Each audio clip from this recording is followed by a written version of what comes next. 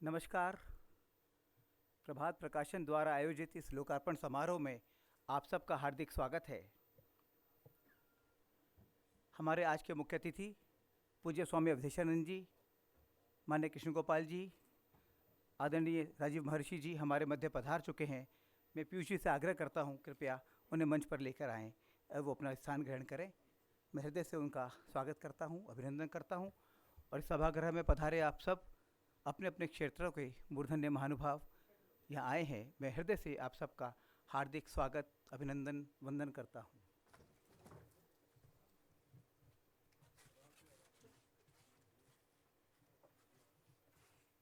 खड़ा हूँ, चल सकती है ना? हाँ हाँ बिल्कुल।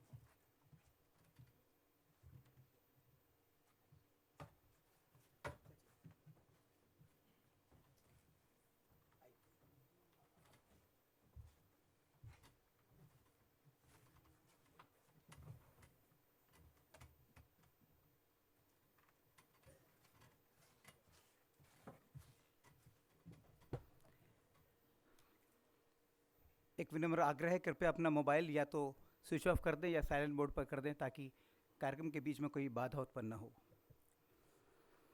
हमारा परम सौभाग्य है कि राष्ट्रीय स्वयंसेवक संघ के परम पूज्य सरसंचालक माननीय श्री मोहन राव भागवत के प्रेरणाप्रद चिंतापरक उद्बोधनों के संकलन यशस्वी भारत का लोकार्पण जूना पीठाधीश्वर आचार्य महामंडलेश्वर पूज्य स्वामी अवधेशानंद गिरी जी महाराज के करकमलों से राष्ट्रीय स्वयंसेवक संघ के सहस्त्र कार्यवाह मान्य डॉक्टर कृष्ण गोपाल जी की गरिमामय उपस्थिति में भारत के पूर्व नियंत्रक एवं महालेखाकार परीक्षक श्री राजीव महर्षि के विशिष्ट आतिथ्य में यहाँ संपन्न हो रहा है। मैं हृदय से मंचस्थ अभ्यागतों का स्वागत करता हूँ, अभिनंदन करता हूँ। कोविड के कारण निर्धारित संख्या मात्र 50 विभूतियों के साक्ष्य में हो रहे इस समारोह में उपस्थित आप सब गणमान्य विभूतियों का भी मैं हृदय से वंदन और अभिनंदन करता हूँ। फेसबुक और यूट्यूब लाइव के माध्यम से देश भर से जुड़े दर्शकों का भी अंतर्मन से स्वागत, वंदन, अभिनंदन। मैं मंचस्थ अभ्यागतों से आग्रह करता हूं, कृपया विद्यादायिनी माँ सरस्वती की प्रतिमा का माल्यार्पण कर इस सारस्वत समारोह का शुभारंभ करें। बेटा इधर से आओ, क्योंकि वहाँ पर इधर स्थान, इधर से आओ।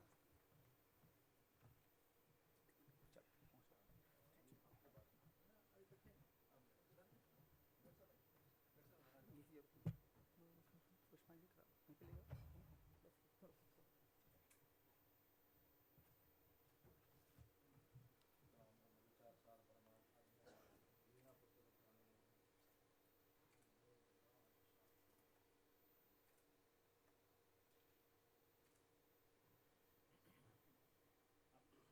आइए।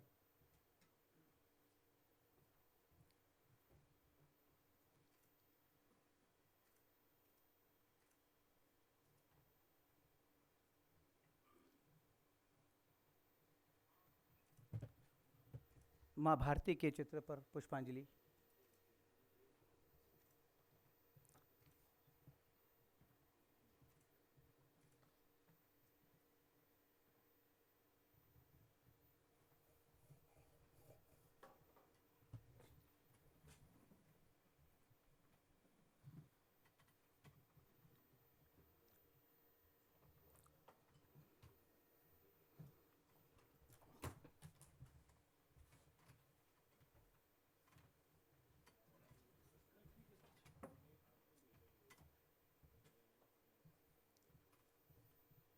अपने मंचस्थ अभ्यागतों का पुस्तक संघ से स्वागत करने के लिए मैं पीयूष जी से आग्रह करता हूँ वे आएँ। सर्वप्रथम पूज्य स्वामी अवधेशानंद गिरी जी महाराज का पुस्तकों के इस संच से स्वागत। ज्ञान का प्रकाश फैले, पुस्तकों के प्रति अभिरुचि विकसित हो, इसी उद्देश्य से ये पुस्तक संच के द्वारा स्वागत, अभिनंदन। माननीय डॉक्टर कृष्ण गोपाल जी का हृदय से स्वागत, अभिनंदन। और आदरणीय राजीव महर्षि जी का भी अंतर्मन से स्वागत है।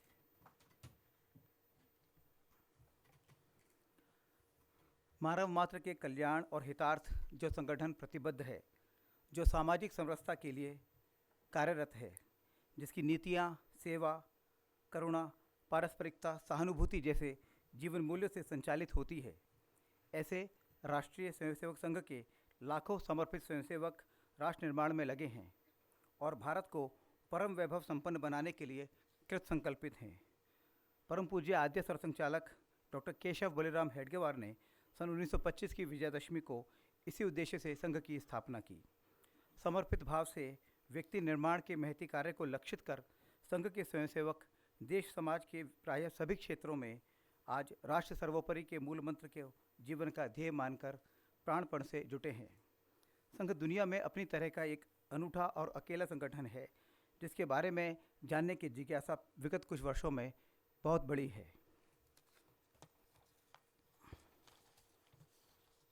संघ के वर्तमान और छठे सरसंघचालक मान्य श्री मोहन राव भागवत का प्रेरक और सौम्य व्यक्तित्व आज राष्ट्रवादी चिंतन का केंद्र बिंदु है। पशु चिकित्सा विज्ञान में पदवी प्राप्त करने के उपरांत उन्होंने अपना संपूर्ण जीवन राष्ट्र कार्य हेतु समर्पित कर दिया। उनके चिंतन परक विचारों से समाज को दशा दिशा मिलती है और कोटि कोटि भारतीयों को मार्गदर्शन। यह पुस्तक यशस्वी भारत उनके विभिन्न अवसरों पर दिए उद्बोधनों का संकलन है। मान्य मोहन जी अपने व्याख्यानों में निरंतर कहते हैं, संघ को समझना है तो संघ में आइए। यह पुस्तक संघ के बारे में कुछ लोगों द्वारा अनायास फैलाए जा रहे भ्रमों और भ्रांतियों को दूर करने का एक विनीत प्रयास है। इस पुस्तक की प्रस्तावना संघ के 97वें वर्षीय स्वयंसेवक माननीय माधव वैद्य जी ने लिखी थी। मैं लिखी थी इसलिए बोल रहा हूँ क्योंकि अभी अभी सूचना मिली है कि माननीय माधव वैद्य जी ने अपना शरीर छोड़ दिया, वे गोलोकवासी हो गए।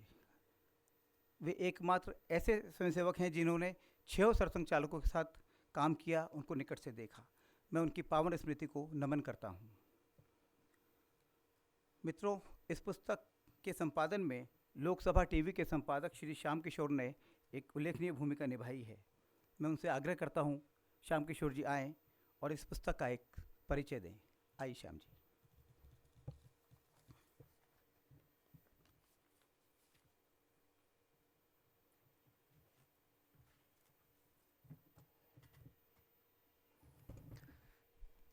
हम सभी के हृदय में एक स्पंदन के रूप में स्थित पूज्य भारत माता, सम्मानित मंच और इस सभागार में उपस्थित सभी विशिष्ट जनों,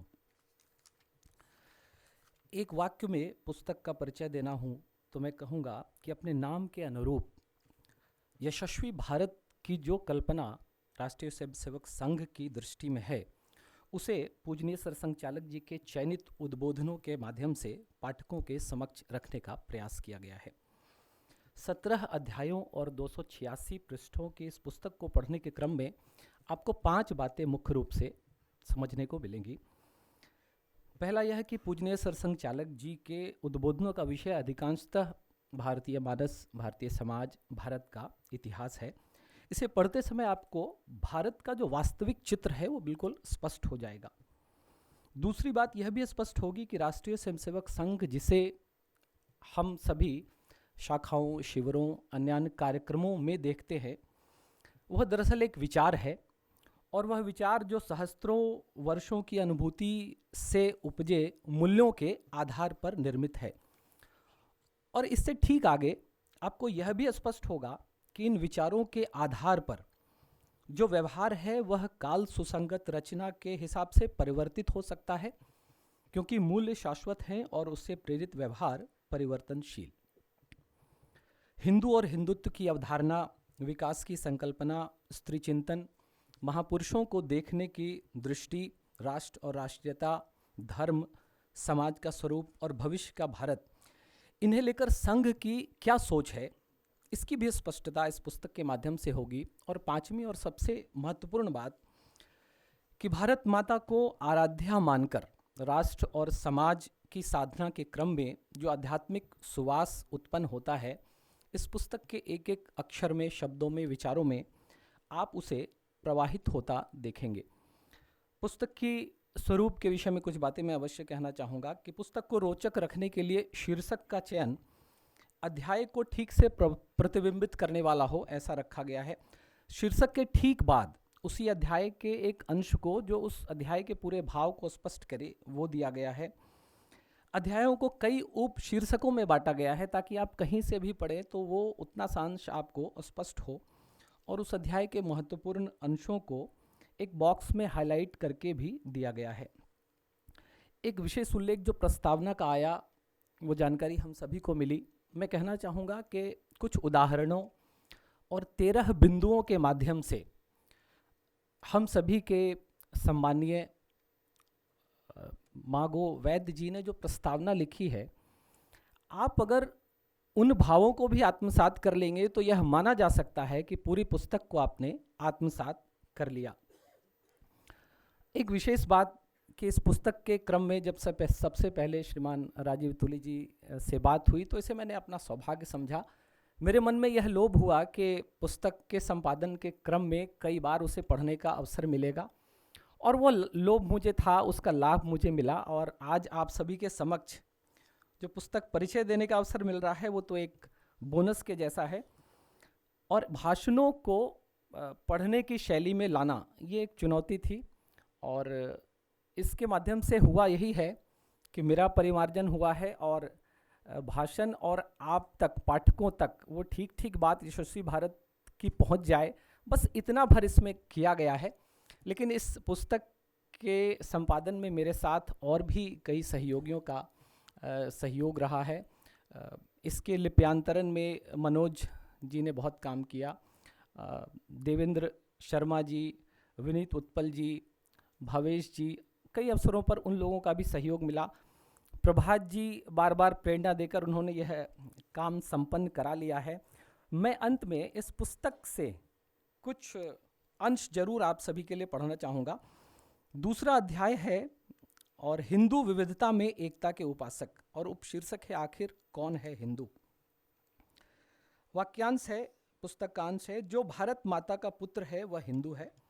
इस विविधता में एकता मानने वाली संस्कृति पर विश्वास करता है, और जिन लोगों ने इस संस्कृति को यहाँ तक लाने के लिए पसीना बहाया, खून दिया, उनका आदर सम्मान करता है, उनकी कृति का अनुग्रहण करता है, वह हिंदू है। हम सब हिंदू हैं।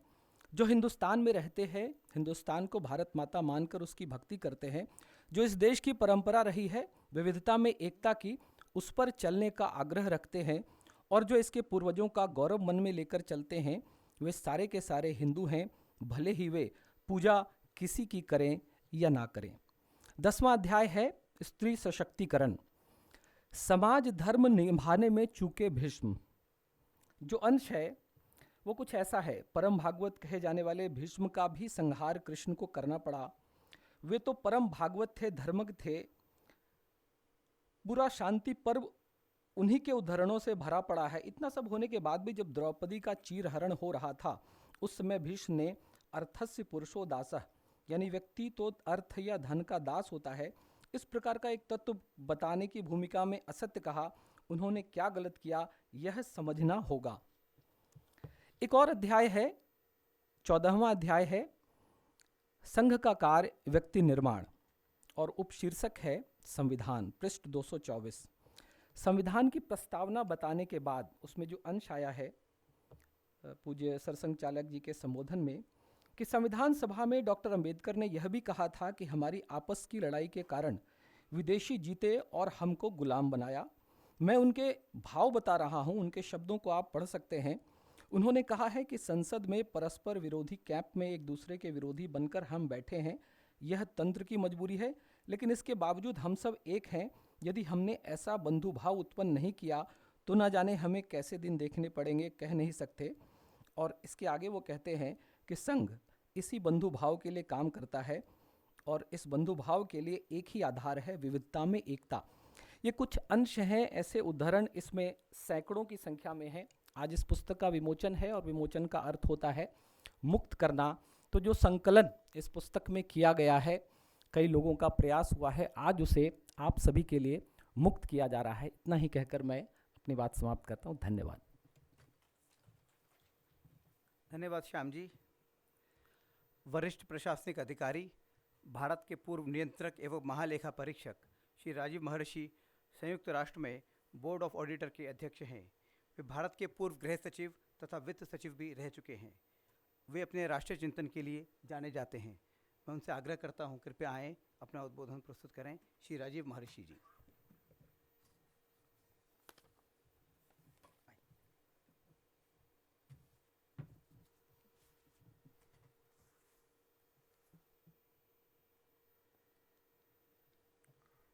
माननीय एवं पूजनीय स्वामी अभिधाशन जी गिरी जी महाराज, माननीय डॉक्टर कृष्ण गोपाल जी एवं समस्त माननीय अतिथिगण, सर्वप्रथम मैं इस कार्यक्रम के आयोजकों एवं यशस्वी भारत के प्रकाशकों को धन्यवाद देना चाहूँगा।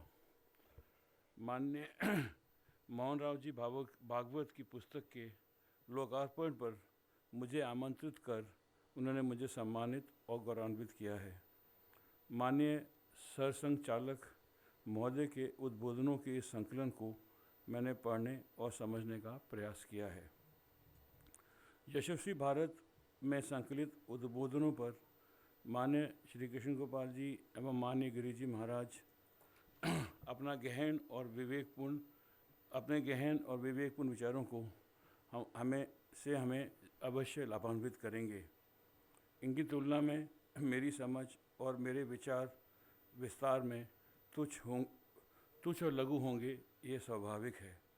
फिर भी इन उद्बोधनों में जो अनेकानेक विषय पर माननीय सरसंघ चालक जी ने के विचारों को जानने का सौभाग्य हमें प्राप्त हुआ है, उनमें से 3 विषयों पर मैं अपनी 2 विषयों पर बल्कि अपनी आपकी अनुमति से कुछ कहना चाहूँगा। प्रथम ये प्रश्न कि हिंदू कौन है। एक पाकिस्तानी पत्रकार हैं तारिक फ़तेह, उन्हें सत्य बोलने और पाकिस्तान के शासकों एवं ठेकेदारों को दर्पण दिखाने की आदत है, जिस कारण से उन्हें पाकिस्तान से विदाई लेनी पड़ी। तारिक फ़तेह कहते हैं कि सिंधु नदी इस महाद्वीप की सभ्यता की स्रोत है। हिंदू शब्द की जड़ भी सिंधु है। अतः सिंधु नदी के बेसिन और उससे पूर्व में जन्मा हर व्यक्ति हिंदू है, क्योंकि वह सिंधु सभ्यता की संतान है। ये कहते हैं कि अटक से कटक तक इस प्रकार से हम सब हिंदू हैं। माननीय सरसंघ चालक जी ने इस प्रश्न का उत्तर दार्शनिक परिप्रेक्ष्य में दिया है। वे कहते हैं कि हिंदू वह है जो कि इस संकल्प से जीता है कि हर एक का मंगल हो, जो विश्व की मंगल कामना करता है, वह ना किसी का अमंगल चाहता है, ना किसी से शत्रुता रखता है। जो व्यक्ति इस मनोभाव से जीता है, वे हिंदू वे ऑफ लाइफ की पालना करता है। वह हिंदू है, भले ही वह किसी भी जाति, संप्रदाय या प्रांत का हो, भले ही वह कोई भी भाषा बोलता हो। अतः हिंदू धर्म केवल मात्र पश्चिमी विचारधारा का रिलीजन नहीं है, उससे परे, उससे ऊपर उठकर एक जीवन शैली है। अगर रिलीजन के परिप्रेक्ष्य में ही देखना हो तो डॉक्टर सर्वपल्ली राधाकृष्णन के शब्दों में हिंदुइज्म वास्तव में एक कॉमनवेल्थ ऑफ रिलीजन्स है। दूसरा महत्वपूर्ण मुद्दा राष्ट्रीय शक्ति का है। माननीय सरसंघ चालक जी का सही मानना है कि दुनिया शक्ति का सम्मान करती है, लेकिन ये केवल मात्र सैन्य शक्ति नहीं है और ना हो सकती है।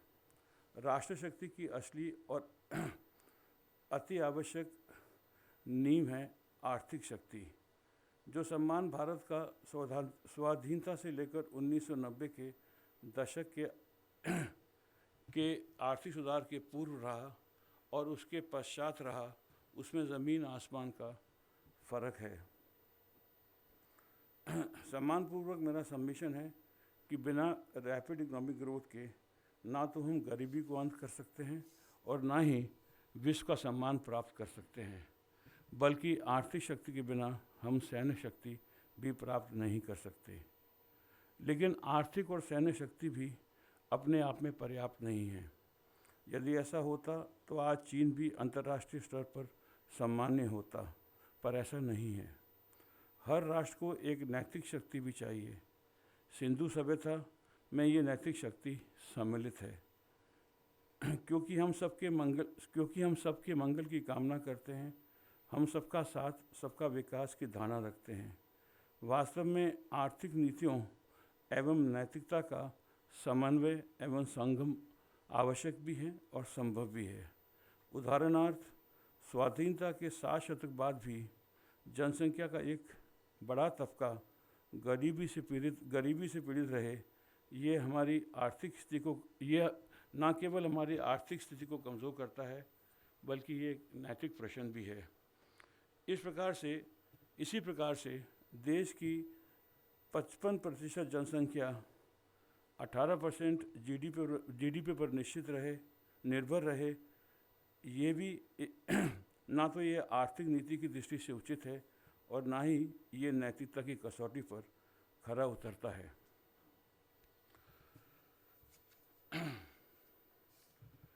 मैं कुछ शिक्षा के संबंध में भी कहना चाहता था, लेकिन अभी आपको समय कम है, इसलिए मैं एक बार पुनः समारोह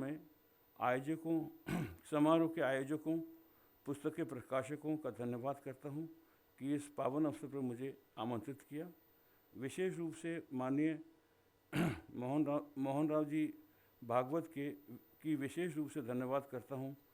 अपने विचारों में हमें सम्मिलित होने, उन्हें समझने और उनसे सीखने का उन्होंने अवसर देकर हम सबको अनुग्रहित किया है। अंत में मैं माननीय गिरीश जी महाराज और डॉक्टर कृष्ण गोपाल जी का आशीर्वाद मांगते हुए अपने उद्बोधन को समाप्त करता हूँ। धन्यवाद।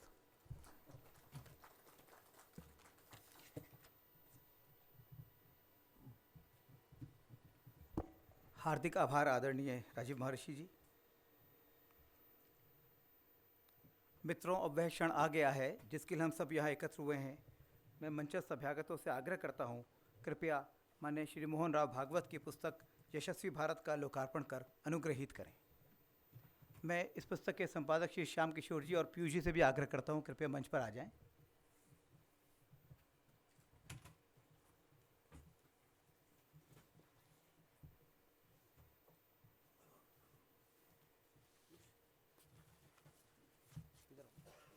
पास आ जाओ।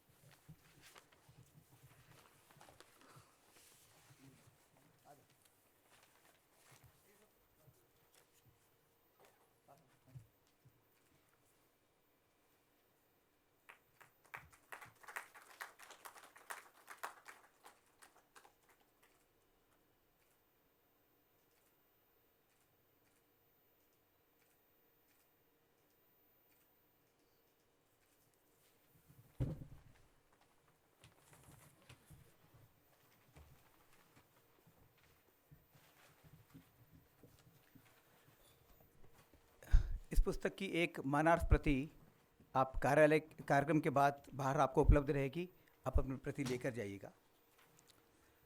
संघ के सहस्त्र कार्यवाह माननीय डॉक्टर कृष्ण गोपाल जी प्रखर चिंतक विचारक हैं। उनकी व्यापक अंतर्दृष्टि है।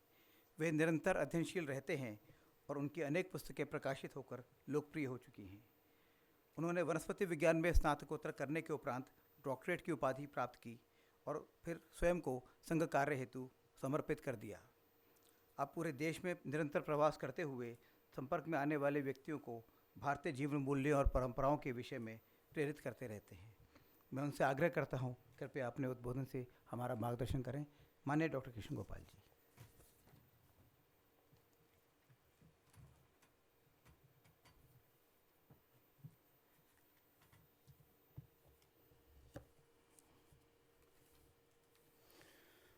मंच पर विराजमान पूज्य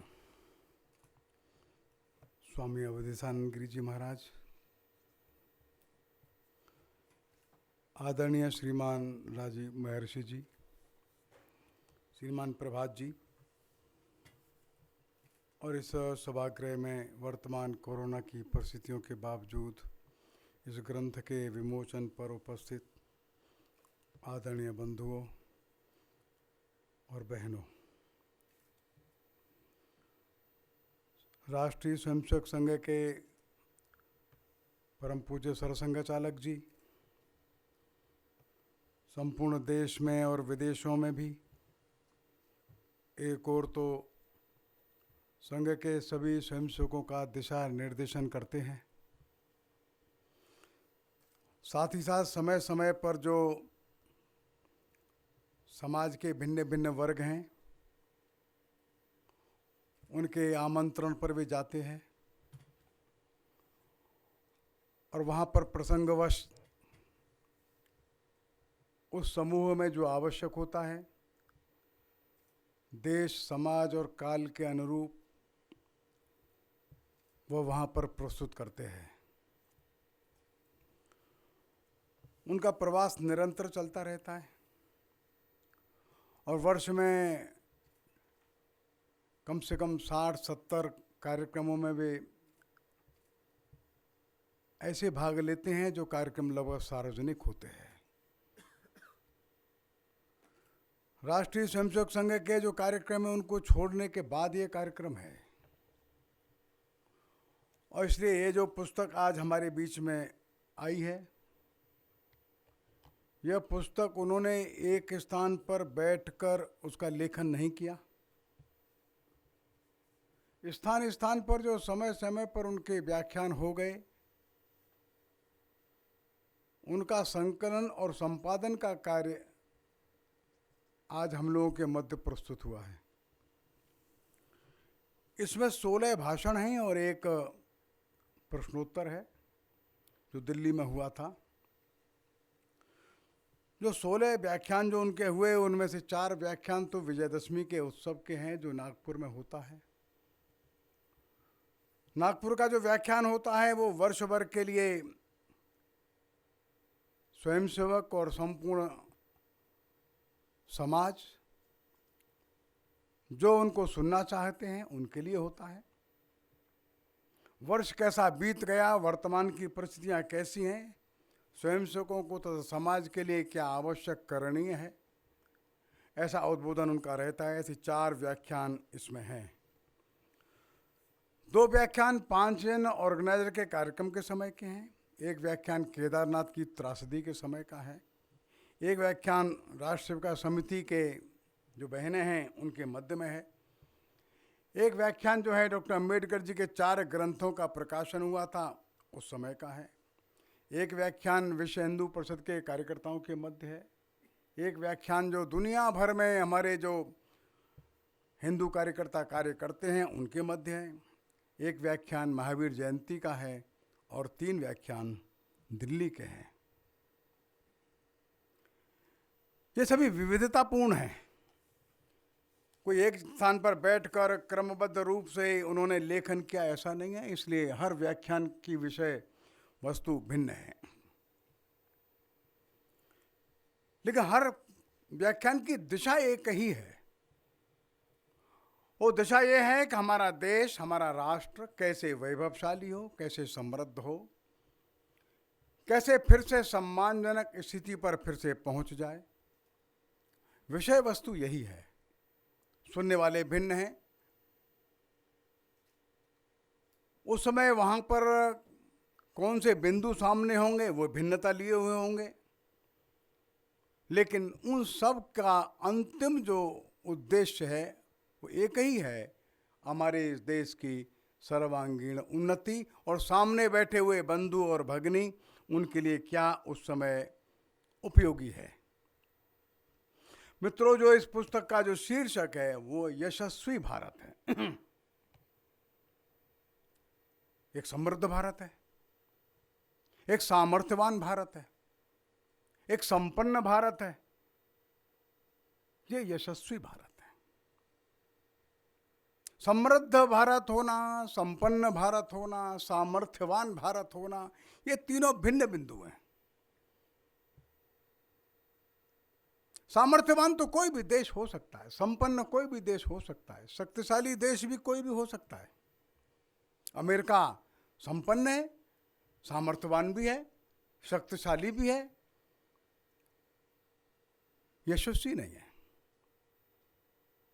यश क्या है ये भिन्न बात है। यश वो है जिसको दूसरे गाते हैं। संपन्नता और सामर्थ्य अपनी ताकत है। जो देश और समाज चाहता है वो उसको मिल जाता है, वो सामर्थ्यवान हो जाता है, वो संपन्न हो जाता है। ये भौतिक संपदा किसी भी देश और समाज को संपन्न बना देती है, सामर्थ्यवान बना देती है, लेकिन भौतिक संपदा से वो समाज और देश यशवान नहीं बनता।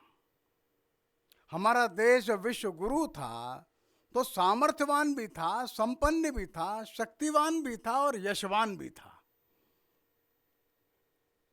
और यशवान होने के कारण से इस देश की कीर्ति थी, इस देश का यश था। यश माने जब बाकी के लोग जब प्रशंसा करते हैं, उसका यश गान करते हैं, गुणगान करते हैं, उसके सम्मुख नतमस्तक हो जाते हैं, विनत हो जाते हैं, यह यश है। और इसका नाम ही भारत है। भा माने जिसका प्रकाश, जिसकी आभा। वो आभा काहे की है? वो संपदा की आभा नहीं थी। यद्यपि भारत संपदावान भी था, आभा संपदा की नहीं थी। भारत में कितना स्वर्ण है इसकी आभा नहीं थी। वो आभा थी हमारे देश के समाज के चरित्र की, हमारे देश के समाज के आचरण की, हमारे देश के समाज के व्यवहार की। उस आभा के कारण, उस यश के कारण इस देश का नाम भारत हो गया। और वह भारत का अर्थ था कि इसका यश है, और इसलिए विश्व गुरु था। दूर दूर से लोग चले आते थे, जैसे मधुमक्खी आती है, मधु का संकलन करने के लिए आते थे, शिक्षा प्राप्त करने के लिए आते थे, ज्ञान प्राप्त करने के लिए आते थे, आध्यात्मिक साधना के लिए आते थे। और इस देश की एक आभा थी। वो आभा जब रहती है तो यश रहता है। और इसलिए जब हम कहते हैं यशस्वी भारत, और इसमें तीनों सम्मिलित हैं, वे शक्ति भी है, सामर्थ्य भी है, संपन्नता भी है, उसके बाद फिर यश है। हमारे देश का जो वर्तमान स्वरूप है वो हम देखते हैं तो मन को कष्ट होता है, दुख होता है। हमारा देश कैसा है? जब अंग्रेजों ने हमारे देश को छोड़ा तो हमारा देश कैसा था, जो अंग्रेज वर्णन करते थे। और अंग्रेजों ने कैसा कैसा वर्णन हमारे देश के बारे में किया। गरीब देश, निरक्षर देश, भुखमंगा देश, एक एक अकाल में करोड़ों लोगों की मृत्यु को देखने वाला देश,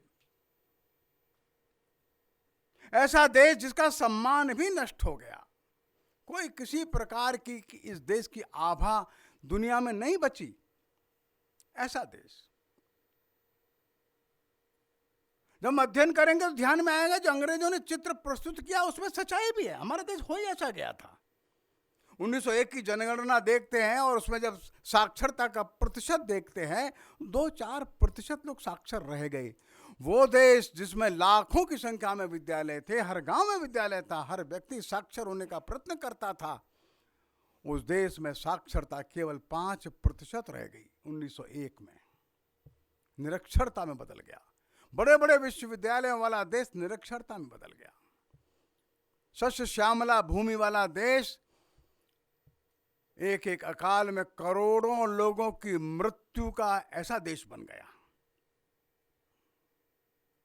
दुनिया के बड़े बड़े इतिहासकार, जो इकोनॉमिस्ट भी हैं, वे अब जो लिख रहे हैं, दुनिया के बड़े बड़े साहित्यकार जो देश और दुनिया के बारे में अध्ययन कर रहे हैं, वो पता कर रहे हैं ये देश ऐसा ही था क्या? ऐसा नहीं था। ये देश कुछ और था। इस देश का 2000-3000 वर्ष का इतिहास कुछ और था। सुंदरलाल जी ने एक पुस्तक लिखी है, भारत में अंग्रेजी राज, 2 खंड है, भारत सरकार ने उसका प्रकाशन किया है। लिखा है कैसा लूटा है। दादा भाई नौरोजी ने ग्रंथ लिखा तो उन्होंने लिखा कैसे इस देश को बर्बाद किया अंग्रेजों ने। धर्मपाल जी ने पुस्तक लिखी तो उन्होंने लिखा इस देश की सारी शिक्षा को कैसे नष्ट किया अंग्रेजों ने, कैसे उद्योग धंधे नष्ट किए। हमारा देश कैसा था और कैसा हो गया, कैसी शिक्षा थी, कैसी शिक्षा। दुनिया का सबसे पहला विश्वविद्यालय तक्षशिला, दुनिया के बड़े बड़े विश्वविद्यालय, ओदंतपुरी, विक्रमशिला, नालंदा के विश्वविद्यालय नष्ट हो गए और देश अशिक्षित निरक्षर लोगों में बदल गया। दुनिया के अंदर ऐसी टेक्नोलॉजी वाला देश, अब जो दिल्ली में जो लौह स्तंभ है, ऐसे कई लौह स्तंभ देश में और भी है। हम लोग कल्पना तो करें ऐसा एलॉय बनाना जिस एलॉय में रस्टिंग ना हो, एक भट्टी के अंदर इसकी मेल्टिंग करना, इसको गलाना, और एक साथ इसकी कास्टिंग करना। 20 टन 40 टन भारी लोहा आज से 2000 वर्ष पूर्व दुनिया में कहाँ बनता? कहीं नहीं बनता था, नोवेयर इन द वर्ल्ड। वो तकनीक हमारे पास, और 1901 1895 में ऐसी स्थिति आ गई, स्वामी विवेकानंद जी ने जमशेदजी टाटा को कहा अब देश में लोहा नहीं बनता है, जमशेद जी कम से कम 2 काम आप करिए, एक लोहे की कोई फैक्ट्री लगाओ जिसमें भारत फिर से लोहा बनाना शुरू करे, और दूसरा एक काम करो, विज्ञान और अध्यात्म इन दोनों का समन्वय बन जाए, ऐसा कोई संस्थान शुरू करो।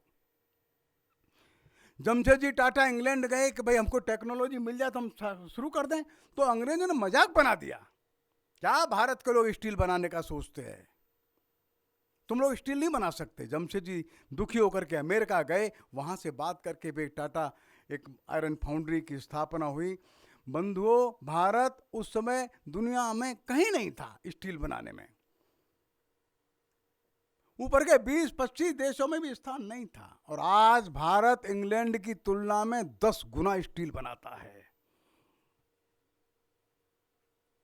मैंने ये बात इसलिए कही कि भारत धीरे धीरे आजादी के बाद जो उन्नति करना शुरू किया, तेजी से उन्नति कर रहा है। अपनी लोकतांत्रिक व्यवस्थाओं को बनाए रखते हुए हमारा जो हमारा रेट ऑफ ग्रोथ है ये कम नहीं है। अच्छा, बहुत सारे पैरामीटर्स है, बहुत सारे ऐसे क्षेत्र हैं जहां हमने दुनिया को चकाचौंध करने वाली उन्नति फिर से की है। तो एक वो काल था, वो हमको ये ध्यान में है, एक अब काल है, ये भी हमको ध्यान में, एक वो काल है जो अब आने वाला है। तो पहला मार्ग तो यह है, जो भूखा देश था अब भरपेट अन्न पैदा करता है, हम सरप्लस पैदा करते हैं। वो भी देश ने दिन देखे, सन 60 का दशक 50 का दशक कि देश जो है बाहर से अन्न मंगाता था। हर 5 मिनट पर एक पानी का जहाज आकर के गेहूं उतारता था भारत के दरवाजे पर। बंधुओं, आज 3 करोड़ टन सरप्लस गेहूं पैदा करते हैं हम लोग। 3 करोड़ टन चावल भी हमारे पास सरप्लस है, 1.5 करोड़ टन चीनी हमारे पास सरप्लस है, अधिक है, उपभोग के बाद है। एकदम 60-70 वर्षों में जनसंख्या 4 गुनी बढ़ गई। और चर्चिल कहता था कि भारत में जो बच्चे पैदा होते हैं जो खरगोश के बच्चों की तरह पैदा होते हैं, हम कहां तक इनका पेट भरेंगे। जबकि भारत का अन्न उन्होंने द्वितीय विश्व युद्ध में दूसरे देशों में जाकर के उसका होर्डिंग कर दिया था, देश भूखों मरने लगा था उनकी गलत नीतियों के कारण से। और ऐसा भद्दा मजाक चर्चिल ने किया था। बंधुओं, आज भारत अन्न इंग्लैंड को भी भेजता है, अर्थात हमारे पास क्षमता है, वो हर क्षेत्र में क्षमता है हमारे पास, और धीरे धीरे उस क्षमता का विस्फोट हो रहा है।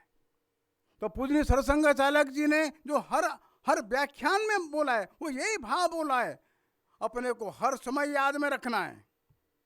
हम कौन थे, हम क्या थे, हम क्या हो गए, आगे क्या होने वाले हैं हम लोग। जैसे मैथिली शरण गुप्त जी ने अपनी एक कविता में ये लिखा था कि हमारी दुर्दशा कैसी हो गई। भारत भारती नाम की उनकी एक पुस्तक है जो मैथिली शरण गुप्त राष्ट्र कवि हो गए, उन्होंने लिखी है। वो भारत भारती के प्रारंभ में लिखते हैं वे, हम कौन थे, क्या हो गए और क्या होंगे अभी, आओ विचारें आज मिलकर यह समस्याएं सभी।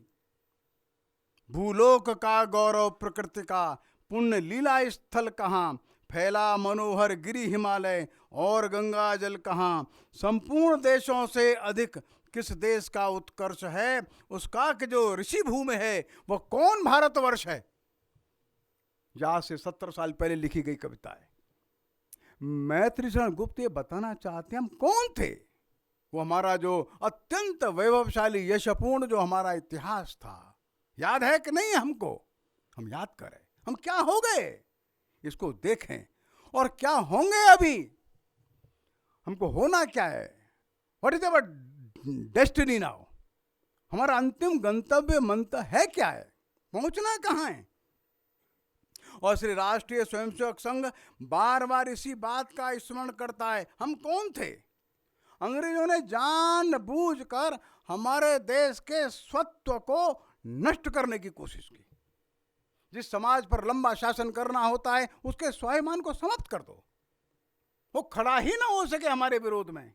अरे तुम कौन थे जंगली लोग, तुम कौन थे, तुम निरक्षर लोग, तुम कौन थे जाहिल लोग, तुम न व्यवस्था जानते न शासन करना जानते, हम हट जाएंगे तुम लड़के मर जाओगे।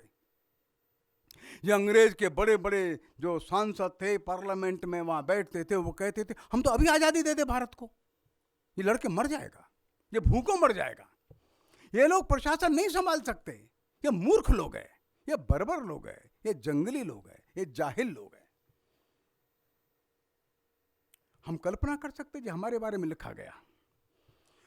और एक बड़ा भारी विद्वान हो गया, इसको विद्वान कहते हैं, उसको नोबेल पुरस्कार भी मिला, उसका नाम है रुडयार्ड किपलिंग। बड़ा भारी कवि था, भारत में ही जन्मा था, अंग्रेज था, कविताएं कहानी लिखता था, उपन्यास भी लिखता था। वो लिखता है, उसने एक कविता लिखी है, 7-8 पैराग्राफ की कविता है, वो लिखता है व्हाइट मैन्स बर्डन। जो श्वेत लोग हैं यूरोप के, उनके कंधे पर एक बोझा है ये दुनिया के काले लोग। और फिर वहां के श्वेत लोग जो है उनको आह्वान करता है, अपने बच्चों को भेजो इन बर्बर जंगली लोगों को सभ्य बनाने के लिए, इन जाहिल लोगों को कुछ साक्षरता का पाठ पढ़ाने के लिए। ये परमात्मा ने तुम्हारे कंधों पर बोझा रखा है, परमात्मा ने तुम्हारे कंधों पर दायित्व दिया है, व्हाइट मैन्स बर्डन। इतनी गंदी कविता उसने लिखी है, उसका उल्लेख मैं आपसे नहीं करूंगा।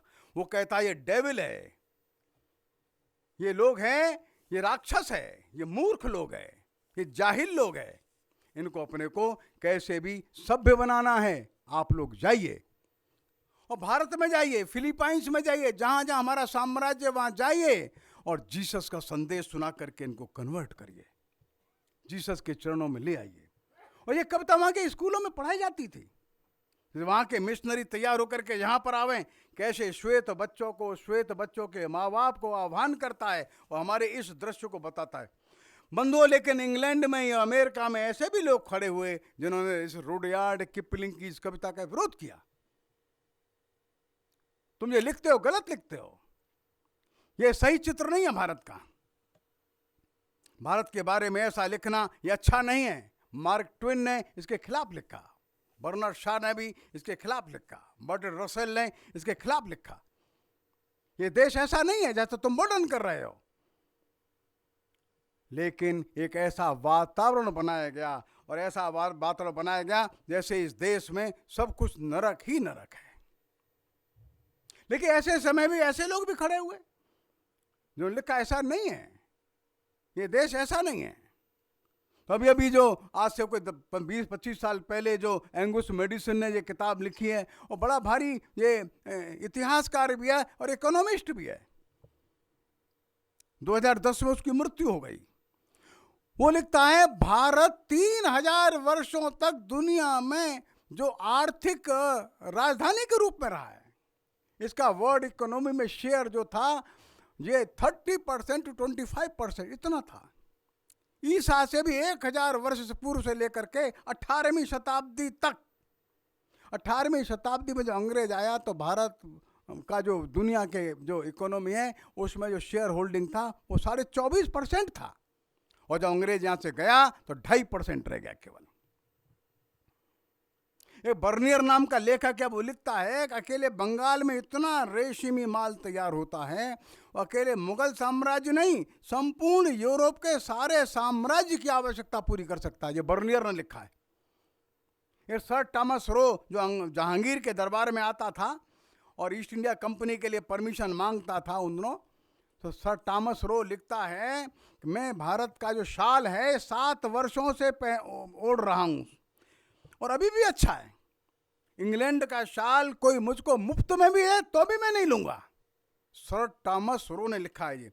और एक किताब है खादी का इतिहास, हिंदी साहित्य मंदिर वाराणसी से प्रकाशित हुई 1923 में।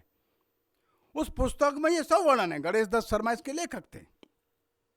ऐसे सैकड़ों विदेशी लेखकों का वर्णन भारत के बारे में जो है, केवल कपड़े के बारे में, वो इस पुस्तक में है।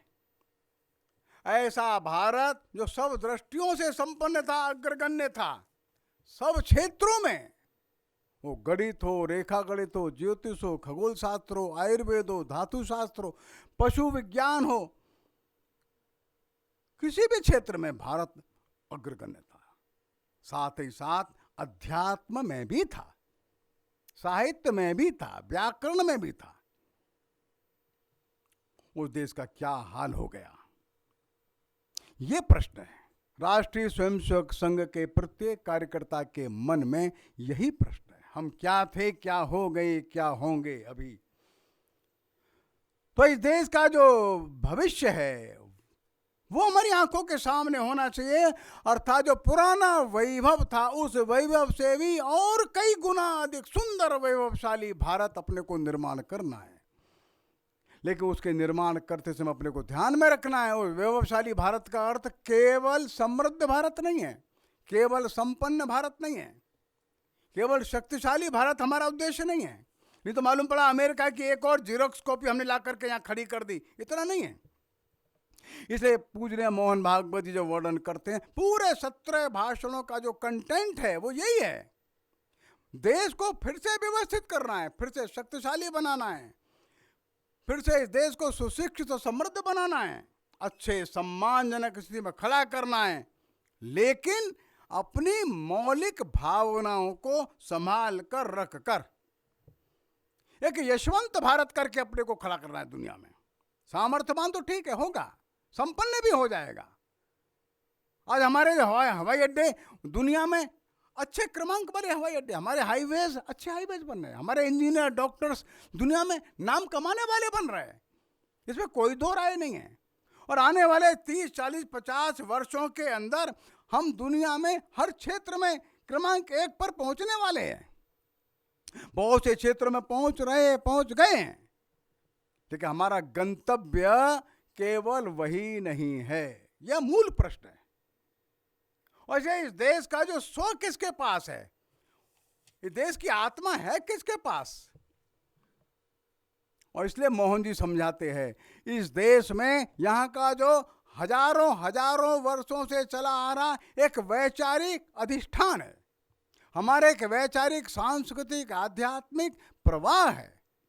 उस प्रवाह को जो ले करके चल रहा है, उस समाज को ध्यान में रखो। वो समाज कैसा है? वो समाज ऐसा है जो सारे दुनिया को अपना मानता है। ये समाज एक्सक्लूसिव नहीं है, सारे दुनिया से अपने को अलग करके कहता है, एक कटघरा बना करके, बाड़ा बना करके हम यहाँ, बाकी सब हम नहीं, ऐसा नहीं। हमारा समाज इस देश में जन्म लेता है, वो कहता है वसुधैव कुटुंबकम। सारी दुनिया को बाजार नहीं मानता है, सारी दुनिया से प्रॉफिट कैसे कमाया जाए, ना, ये नहीं। सारी दुनिया अपना घर है, सारी दुनिया के प्रत्येक व्यक्ति के सुख की कल्पना करता हो। अमेरिका में हो, पाकिस्तान में हो, लंका में हो, कनाडा में, जिन्होंने हमारे पर शासन किया सैकड़ों वर्षों, वे भी क्यों न हो, वे भी सुखी रहे। ये दिस इज द इंक्लूसिवनेस। हमने किसी को अपने से अलग किया ही नहीं, ये हमारे हैं और ये बिराने हैं। ये रेखा हमने नहीं खींची कभी भी, ये रेखा उन लोगों ने खींची है जो सामी मत को मानते हैं। हम हैं believers and these are non believers. ये जो रेखा किसने खींची, बाड़ा किसने बनाया? हमने कभी नहीं बनाया। वो सिख मत के मानने वाले लोग हैं, वो भी कहते हैं सर्वत का भला, सबका भला हो। वो जैन मत के मानने वाले, वो भी कहते हैं भवतु सब मंगलम। जो वैदिक परंपरा के मानने वाले, वो भी कहते हैं सर्वे भवन्तु सुखिन। इस सर्वे में सब है। इस धरती का प्रत्येक मनुष्य है, इस धरती का प्रत्येक जीव है, इस धरती का प्रत्येक पक्षी है, प्रत्येक वनस्पति है, प्रत्येक सरोवर है, प्रत्येक नदी है, प्रत्येक पर्वत है। सबकी शांति के बिना, सबके सुख के बिना मेरा सुख का कोई अर्थ ही नहीं है। आत्मनो मोक्षार्थ जगत द्विताय च। अकेला मोक्ष भी नहीं मांगा, जगत के साथ संपूर्ण जगत की मंगल कामना करते हुए जो मोक्ष है वही स्वीकार्य है। अर्थात अकेला मोक्ष भी नहीं मांगा। ये हमारे यहाँ का अध्यात्म। इस अध्यात्म को जो धारण करता है, लोक मंगलकारी चिंतन करता है, अपने आप को एक्सक्लूसिव नहीं मानता है, सारे विश्व के सब चर अचर को साथ लेकर मंगल कामना के साथ चलता है, उस समाज का नाम योगा योग से हिंदू है। उन्होंने अपने को नाम भी नहीं दिया था, कोई नाम देने की आवश्यकता भी नहीं थी। सबसे अलग भिन्नता रख करके क्यों चलना। लेकिन 8वीं 9वीं शताब्दी के बाद जैसा इतिहास चला, उस इतिहास में उनको नाम मिल गया, लेकिन हिंदू नाम उनको ही मिला जो इस देश की धरती में से अपने विचार को लेकर के उत्पन्न हुए थे, जिनकी स्वाभाविक रूप से धारणा लोक मंगलकारी ही है, तो किसी की भी पूजा पद्धति से विद्वेष नहीं रखते। मुझे इस देश के प्रत्येक मत का स्वाभाविक स्वभाव है, इसलिए वो समाज जो चला आ रहा है हजारों वर्षों से, उसका नाम कालांतर में कुछ भी नहीं था। योगायोग से 8वीं शताब्दी के बाद उसका नाम हिंदू करके प्रचलित हो गया, लेकिन उस महान विचार को लेकर के चलता है। समस्त प्रकृति के पर इसका श्रद्धा भाव है, और इसलिए दुनिया में हम कहते हैं कहीं पर भी ऐसे लोग हैं जो समस्त प्रकृति को प्रेम करते हैं, समस्त मानव समाज के कल्याण की भावना रखते हैं, सबके साथ एकात्मता के सूत्र ढूंढ लेते हैं। आप उनको कुछ भी कहिए, वे हिंदू ही हैं। और इसलिए अगर मैं संक्षेप में कहूं तो दुनिया के प्रत्येक मत में, प्रत्येक रिलीजन में जो कुछ श्रेष्ठ है वो हिंदुत्व ही है, अलग से कुछ नहीं है।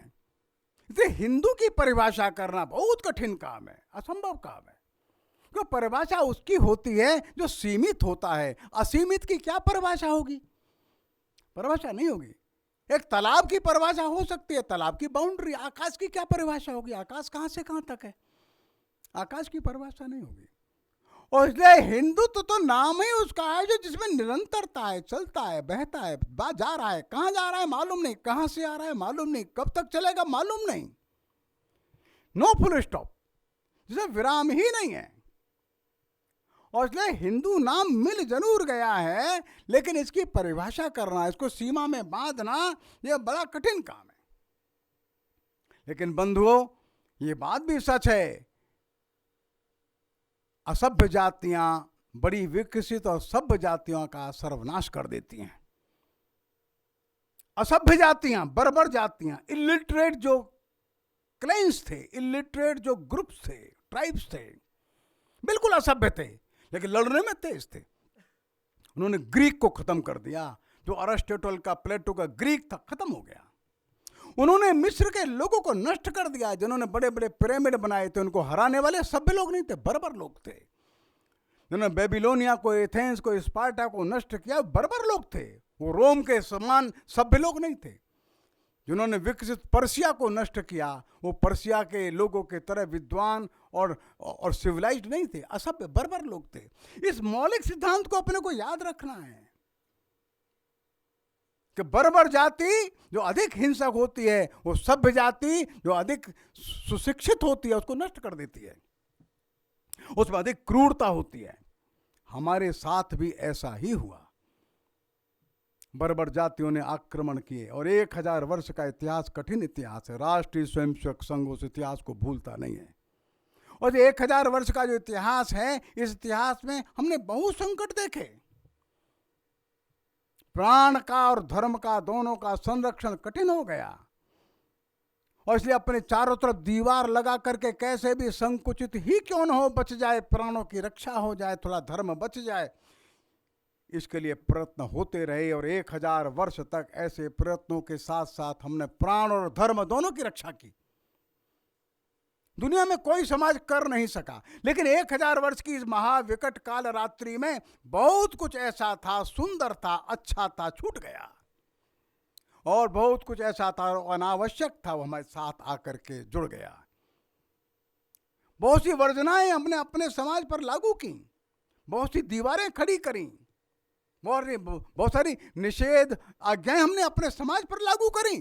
तो सब दूर जाने वाला समाज समुद्र यात्रा को प्रतिबंधित कर दिया।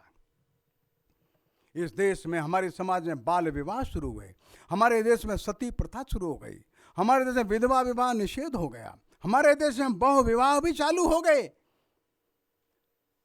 ऐसी सारी निषेधाज्ञाएं, ऐसी वर्जनाएं, ऐसी दीवारें हमने खड़ी की। समाज की सुरक्षा, प्राणों की रक्षा, ये अधिक महत्वपूर्ण थी। अपने धर्म को बचा करके चले आए। 1000 वर्ष तक ये सब कुछ हुआ। सबके साथ घुलने मिलने वाला समाज छोटे छोटे से खानों में बट गया और इसलिए अनेक विकृतियां हमारे यहाँ आईं। आप जाइए अजंता एलोरा की गुफाओं में महिलाओं के चित्र है, लेकिन वो पर्दा नहीं है। बुद्ध की मां बैठी है, बुद्ध का जन्म हुआ है, वहां पर्दा नहीं है। किसी भी ग्रंथ में महिलाएं पर्दे में है ही नहीं, न वेद में है, न उपनिषद में है, न पुराण में है, न महाभारत में, न भागवत में, कहीं नहीं है। लेकिन हिंदू महिलाएं भी पर्दे के पीछे चली गई। विधवा विवाह निषेध नहीं था। हम बड़ी बड़ी समुद्र यात्राएं करते थे, भारत के लोग जहाजों का तो निर्यात करते थे बना करके। समुद्र यात्रा प्रतिबंधित हो गई। लोकमान्य तिलक को समुद्र यात्रा के बाद प्रायश्चित करना पड़ा।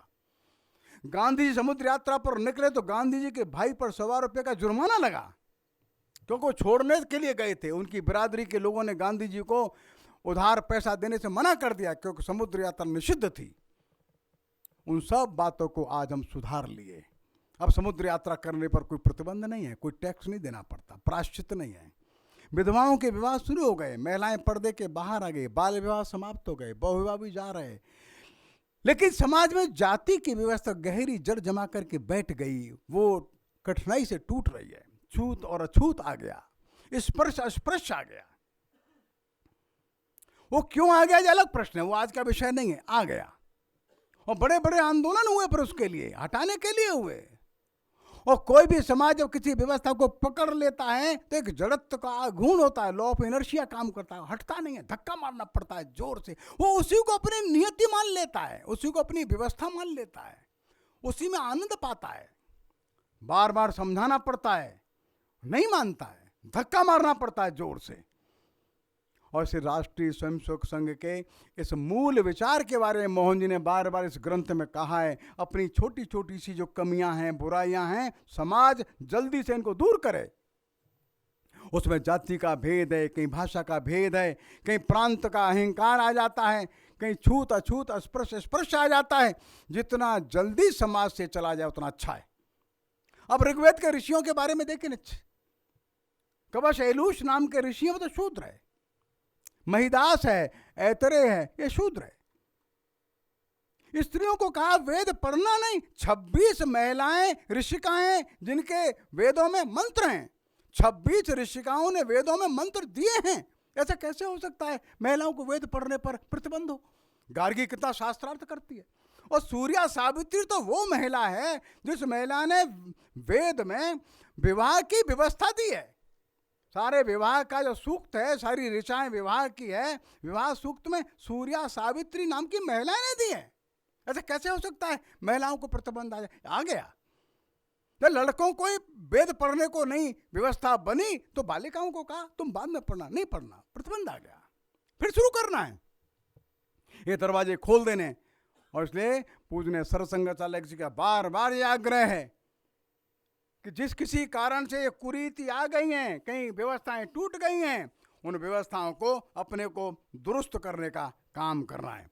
पर्यावरण में असंतुलन है। क्यों असंतुलन आया? ये उपभोगवादी दृश्य बढ़ता चला गया। भारत का दर्शन है खूब कमाओ, अपने ऊपर कम से कम खर्चा करो, जितना आवश्यक उतना खर्चा करो, बाकी दे दो, छोड़ दो। इसलिए मनुष्य लाखों रुपया कमाता था, 2 कमरे के मकान में रहता था, बड़ा सुंदर विद्यालय बनाता था, सुंदर धर्मशाला बनाता था, कुआं बनाता था, बड़ा तालाब बनाता था, मंदिर देवालय बनाता था, अपने लिए 2 कमरे के छोटे से मकान में रहता था। उपभोग कम से कम करना, त्याग वृत्ति से जीवन जीना, ये भारत का दर्शन था। दुनिया ने भोगवादी जीवन शुरू किया और पर्यावरण का बड़ा संकट ला करके खड़ा कर दिया। भारत की दृष्टि फिर से अपनी आध्यात्मिक उसी दृष्टि पर आ जाए तो पर्यावरण का संकट धीरे धीरे अपने आप दूर हो जाएगा। महिलाओं के संबंध में मोहन जी ने विषय रखा है। इसमें महिलाओं के बारे में चिंतन हमारा स्पष्ट है। मातृवत पर्दारेषु, कोई दुनिया का समाज नहीं बोला, हमारे समाज ने कहा हर स्त्री मां की तरह है। हमारा देखने का, व्यवहार का दृष्टिकोण वही हो। द्वितीय विश्व युद्ध के समय एक टापू है इटली के पास, वहाँ पर ये मित्र सेना जो गई तो मित्र सेना के लोगों ने बड़ा अत्याचार किया। उस मित्र सेना में भारत के लोग भी थे, लेकिन भारत के सैनिकों ने अत्याचार नहीं किया। टारंटो नाम का जो आइलैंड है, 1967 में आईएनएस ब्रह्मपुत्र आ रहा था दूर से अपना अभ्यास करने के बाद, टारंटो में रुका। सैकड़ों लोग स्वागत करने के लिए आ गए। इनको आश्चर्य हुआ, हमारा स्वागत करने के लिए क्यों आए? बड़ा स्वागत हुआ, सम्मान हुआ, लोगों ने डिनर पर बुलाया, लोगों ने खरीदारी के लिए बाजार खोल दिया, आप खरीद, कोई पैसा आपसे नहीं लिया जाए। ये बड़े आश्चर्य भाई, क्या बात है भाई। अंत में जिनका फेयरवेल हुआ, विदाई का कार्यक्रम हुआ, तो वहाँ पर एक हॉल में इन सब आईएनएस ब्रह्मपुत्र के सैनिकों को बुलाया।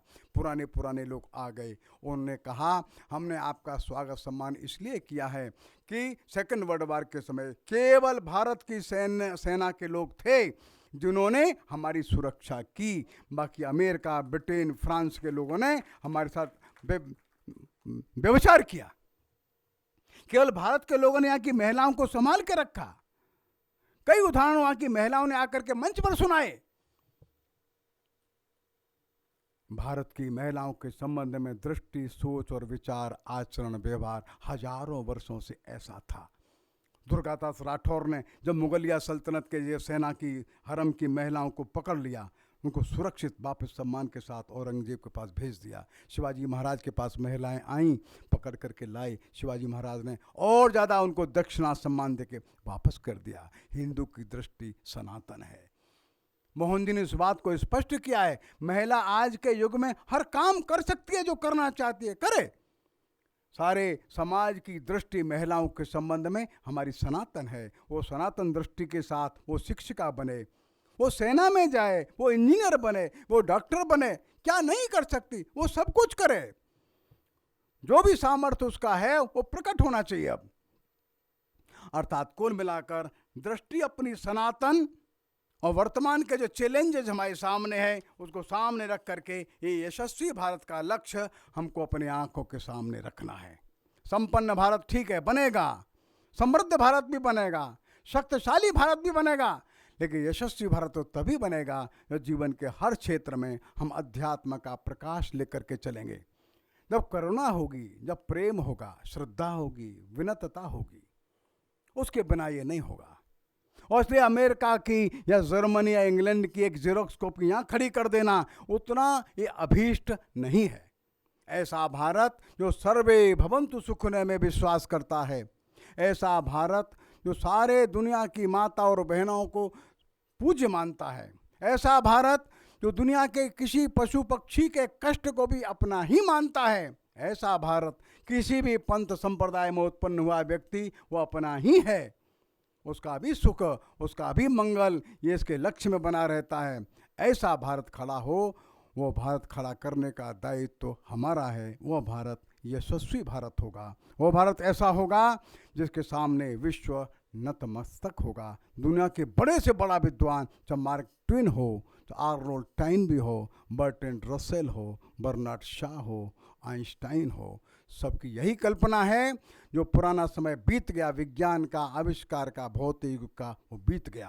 अब अगली शताब्दी और सहस्त्राब्दियाँ जो आएंगी, यदि अपने अवश्यंभावी विनाश से बचना चाहती हैं, no other way is there but to go before Bharat. Bharat के सामने चले जाओ, भारत से कुछ न कुछ पा जाओ, तब ये दुनिया अपने विनाश से अपने को बचा सकती है। पूजनीय सरसंघ चालक जी ने अपने भिन्न भिन्न भाषणों में इसी मूल मुद्दे को भिन्न भिन्न प्रकार से प्रकट किया है। इसमें हम संघ को भी समझ सकेंगे, संघ के उद्देश्य को, संघ की कार्यशैली को, संघ के आचरण व्यवहार को और संघ का जो लक्ष्य है उसको भी। आपने धैर्य से ध्यान से सुना। मैं विनम्रतापूर्वक आपको नमस्कार करता हूँ। प्रणाम।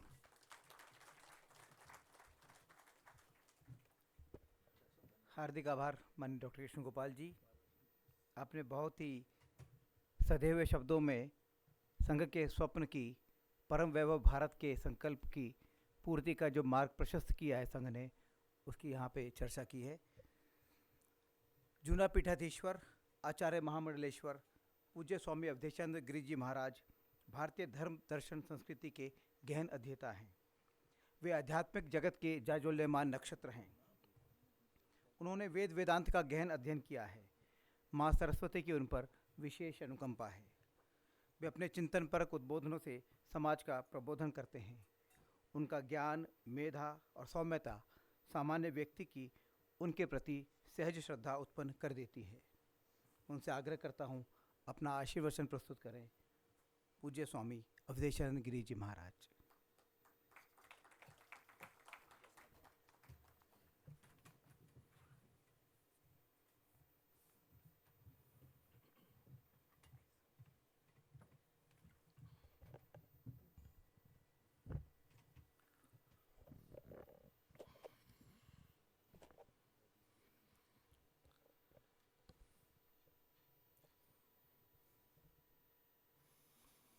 कल्याणी मधुरा मंगला मोक्षप्रदा शस्य श्यामला रत्न गर्भा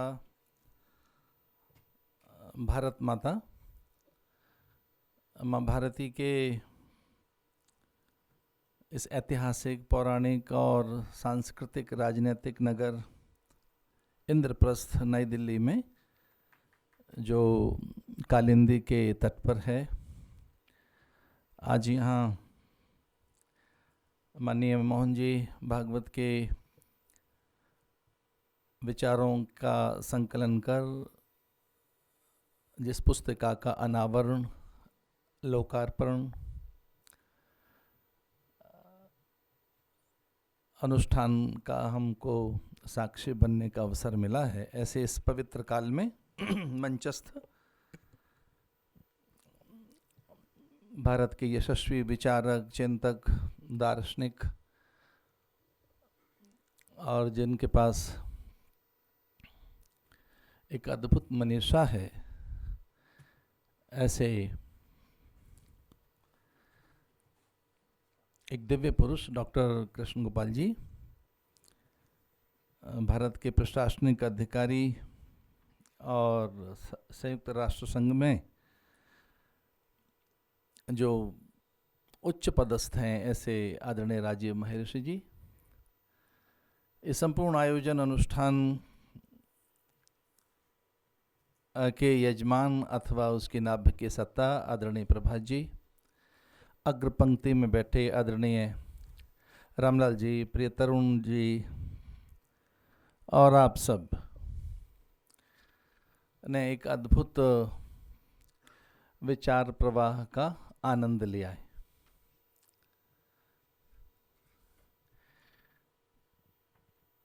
डॉक्टर साहब बता रहे थे कि ये हिंदू शब्द 8वीं शताब्दी के बाद प्रचलन में आया, जो मूलतः सनातनी हैं अथवा जिनके पास जो शाश्वत हैं, समीचीन है, प्रत्येक संदर्भ में हर पल नूतन है, नित्य है, सामायिक है, समीचीन है, वे हिंदू हैं।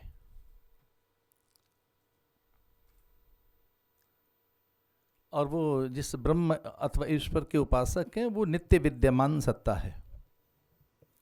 एक ऐसी सत्ता जिसे हमने सच्चिदानंद कहा है, जिसका कभी अभाव नहीं रहता। हिंदू जिस ब्रह्म की उपासना करता है, उस ब्रह्म को भी वेदों ने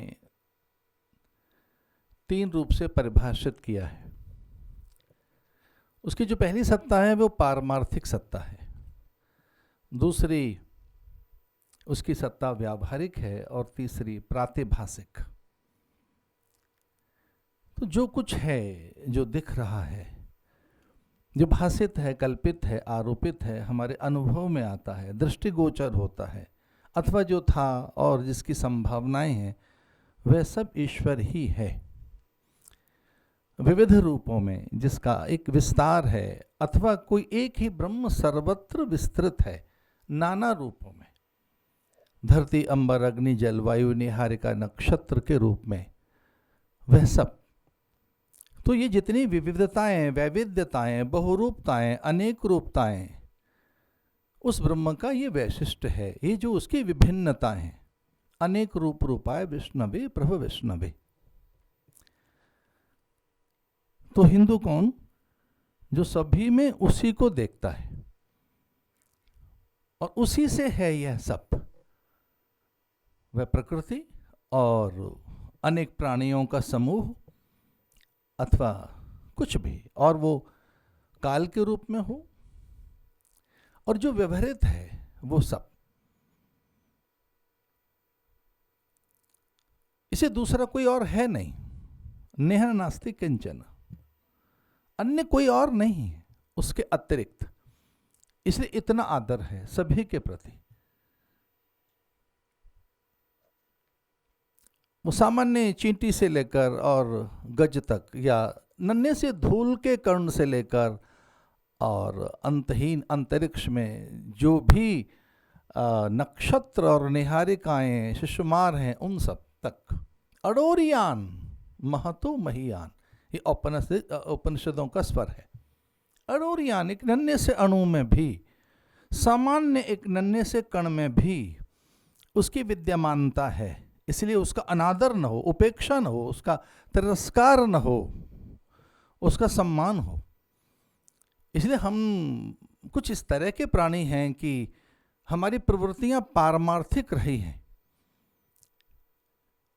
उसमें जो हमारी उदारता रही है उस पारमार्थिक प्रवृत्तियों में, अथवा जो हमारा एक भगवदीय भाव रहा है, अथवा हमारी जो प्रसाद वृत्ति रही है, वो कभी हमारी दुर्बलता भी बन गई। जैसा कि डॉक्टर साहब कह रहे थे कि वो बर्बर लोग, वे आक्रांता, वे उन्मादी, वे कुछ उस तरह के ऐसे, वे उदंड, कुछ वे एक अराजक तत्व, कुछ उस तरह के जिन्होंने सभ्यताओं का विनाश किया, संस्कृतियों को जिन्होंने पद्दलित किया। वे जो नाम गिनाए उन्होंने, सपाटा का, जो कह रहे थे बेबीलोन और मिस्र की, इजिप्ट की जो बात कह रहे थे, वे संस्कृतियां कहाँ गईं? सब खुर्द बुर्द हो गईं। वो बेबीलोन की संस्कृति की बात कर रहे थे। वहां उन्होंने कहा कि कुछ सभ्य लोग थे और वे असहाय रहे, चुप रहे, और उनका भूगोल बदल गया। वे खुर्द बुर्द हो गए, कहीं दिखाई नहीं दे रहे हैं। और हमने 1000 साल का ये झंझा, ये काला रात्रि 1000 वर्ष तक की, फिर उसमें जो कुछ इस तरह का आया, जहां हम निषेध और विधि इसमें भेद करना भूल गए। ये बड़ी बात कही उन्होंने, समुद्र यात्रा की तो बहुत बड़ी बात कही उन्होंने। आचार्य जा नहीं सके, वहां पहुंच नहीं सके।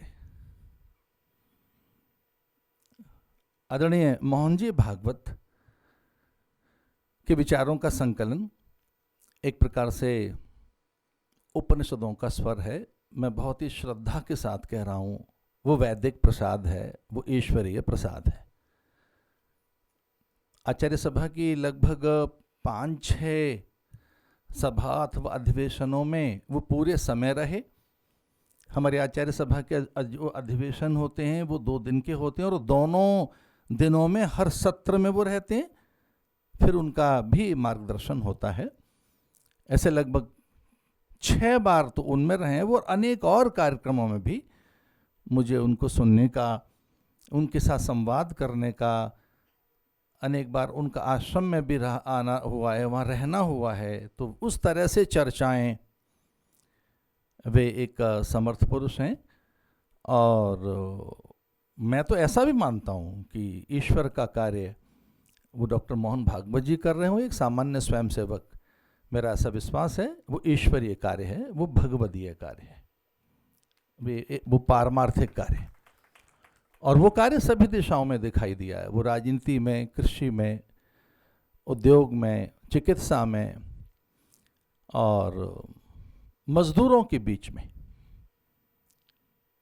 मणि दत्तोपंत ठेंगड़ी जी का एक बार उद्बोधन हमने सन्यासियों के बीच में कराया था। तो मजदूरों का संगठन, गृहवासी वनवासियों के बीच में संगठन, चिकित्सकों के बीच में, विद्यार्थियों के बीच में संघ का अद्भुत कार्य है। वो कार्य है कि अपनी सभ्यता, संस्कृति, संस्कार और संवेदनाओं को सहेज कर रखना, अपने खोए हुए गौरव को संभाल कर रखना।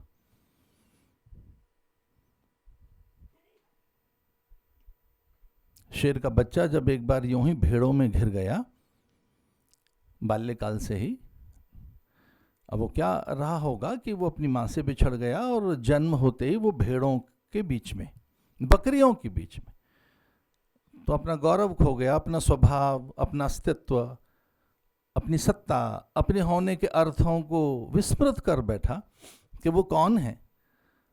वो अब जानता ही नहीं था कि वो कितना बलशाली है, वो कौन है। बस वो वैसे ही आचरण करता था, वैसी भाषा बोलता था, वैसे मिमियाता था, वैसी उसमें दौर्बल्यता, वैसा ही भय उसमें और बड़ी दुर्बलता। सिंह की दहाड़ सुनकर भेड़ें भागी तो वो भी भागा। एक दिन सिंह आ गया उनके बीच में। सिंह ने देखा ये तो बड़ा दुर्बल सा है, अपना ही अपनी बीच का प्राणी। उसे समझाया लेकिन बड़ा भयभीत था और वो कहने लगा ना ना मेरी कोई दुर्बलता नहीं है, मुझे क्षमा कर दीजिए, मुझसे कोई दोष नहीं हुआ है। उसका रोदन देखकर सिंह को बड़ा कष्ट हुआ कि ये है कौन, ये शेर होकर भी और भेड़ों जैसा, बकरी जैसा आचरण कर रहा है। दिखाया भाई देख, जलाशय के पास ले गए, देख वैसा ही है तू जैसा मैं हूँ। और फिर एक दो बार की उसके संवाद हुए या शेर ने थोड़ा बहुत उस पर श्रम किया और बताया दहाड़ कर देख, और जब उसने दहाड़ मारी तो बकरियां भाग गईं और वो शेर के पास था। जिस दिन हिंदू अपने स्वरूप, अपनी मूल सत्ता, अपनी अस्मिता, अपने होने के अर्थों को समझ जाएगा, उस दिन ये हिंदू पूरे संसार का नेतृत्व करेगा, पूरे संसार का। अब ठीक ही करते डॉक्टर साहब कि वो शॉल उसने 8 दिन ओढ़ी और वो मैली नहीं हुई। सिल्क रूट पर आप ध्यान दें तो किस तरह से यहाँ से सिल्क गई है। कभी वो ढाका हमारा हिस्सा मलमल, हमारे मसाले, हमारे आभूषण, वस्त्र, हमारी औषधियाँ। जब आप जंगली उन्हें बता रहे थे तो मैं यद्यपि बहुत गंभीर होकर बैठा था लेकिन मैं रोक नहीं सका और सहसा मुझे आनंद हो गया, मेरे ओठ खिल गए। आप उन्हें जंगली ठीक ही बता रहे थे, मचान पर रहने वाले वो लोग जिन्हें कोई संस्कार नहीं आता है। जब आप कुछ जानते नहीं थे तब इस भारत ने आपको शून्य का बोध कराया है, दशमलव का बोध, प्रतिशत का प्रबोध भारत ने दिया है। अंक, अक्षर, औषधियां, काल गणना आपको आती नहीं थी। काल की गणना भारत ने दी आपको। और आत्मविचार, सत्य सत्य, जड़ चैतन्य, नित्य नित्य, सूचि असुचि, आत्मनात्म क्या है, ये सब भारत ने ही तो दिया है, हिंदुओं ने तो दिया है, भारत ने। अरे इस बीते कुछ इन 5-6 महीनों पर हम विचार करें, इस कोरोना काल को, इसी को देख लें तो भारत की औषधियां, भारत की हल्दी, नीम, नीम, बबूल, तुलसी, काढ़ा, गिलोय, ये सब, और अभिवादन का ढंग, भारत का योग। मैं कुछ थोड़ा सा, आप भले ही चकित होंगे या नहीं होंगे मैं नहीं जानता, लेकिन ये 21 जून को योग दिवस मनाया जो जाता है, आप यूएन में, माननीय प्रधानमंत्री जी ने भी उसके लिए एक बड़ा श्रम किया वहाँ और पूरे भारत ने। लेकिन मैं थोड़ा चकित था उस दिन, 2007 की घटना है और मैं था वहाँ लिस्बन में, पुर्तगाल में। वहाँ के अमृत सूर्यानंदा नाम के कोई यूरोपियन सन्यासी, पोर्चुगीज साधु, उनको भारत सरकार ने पद्मश्री भी दिया है, उनका अमृत सूर्यानंदा। उन्होंने कहा कि आप आइए, कुछ भारत के साधु, और हमें आमंत्रित किया कि हम वहाँ विश्व योग दिवस के लिए एक एडवोकेसी कर रहे हैं और आप हमारा साथ दीजिए।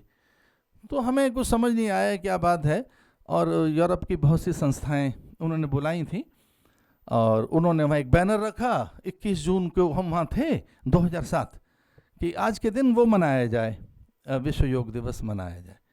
और वो हर साल ऐसा कुछ करता रहा, और पता नहीं पूरे यूरोप में और अमेरिका से बहुत लोग आए थे।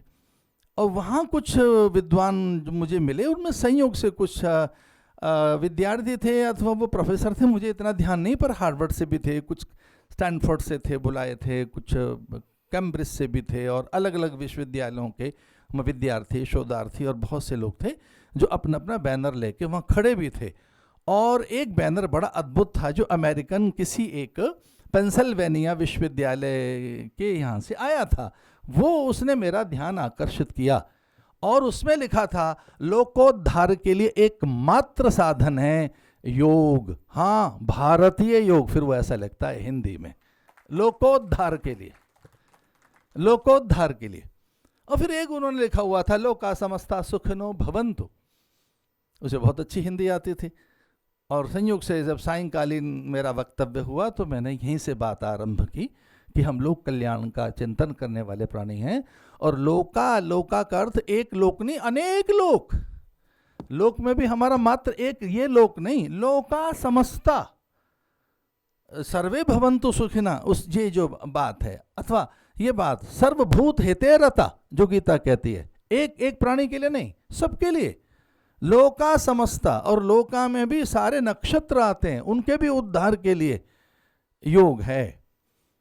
और उसमें जो फिर पातंजलि योग दर्शन की बात वो कुछ कह रहे थे, जिसमें सत्य, अस्तेय, ब्रह्मचर्य, अपरिग्रह, अहिंसा, शौच, संतोष, तपस, स्वाध्याय, ईश्वर, प्राणिधान, ये जो यम और नियम है। फिर है आसन, बाहर के लोग इस तरह से भी प्रैक्टिस कर रहे हैं योग की, इस प्रकार से भी, जो कह रहे हैं कि वो केवल इस धरा का और केवल मनुष्य जाति का उद्धार नहीं, पूरी प्रकृति का भी उद्धार अगर कोई करेगा तो योग करेगा, वो वृत्तियां करेंगी।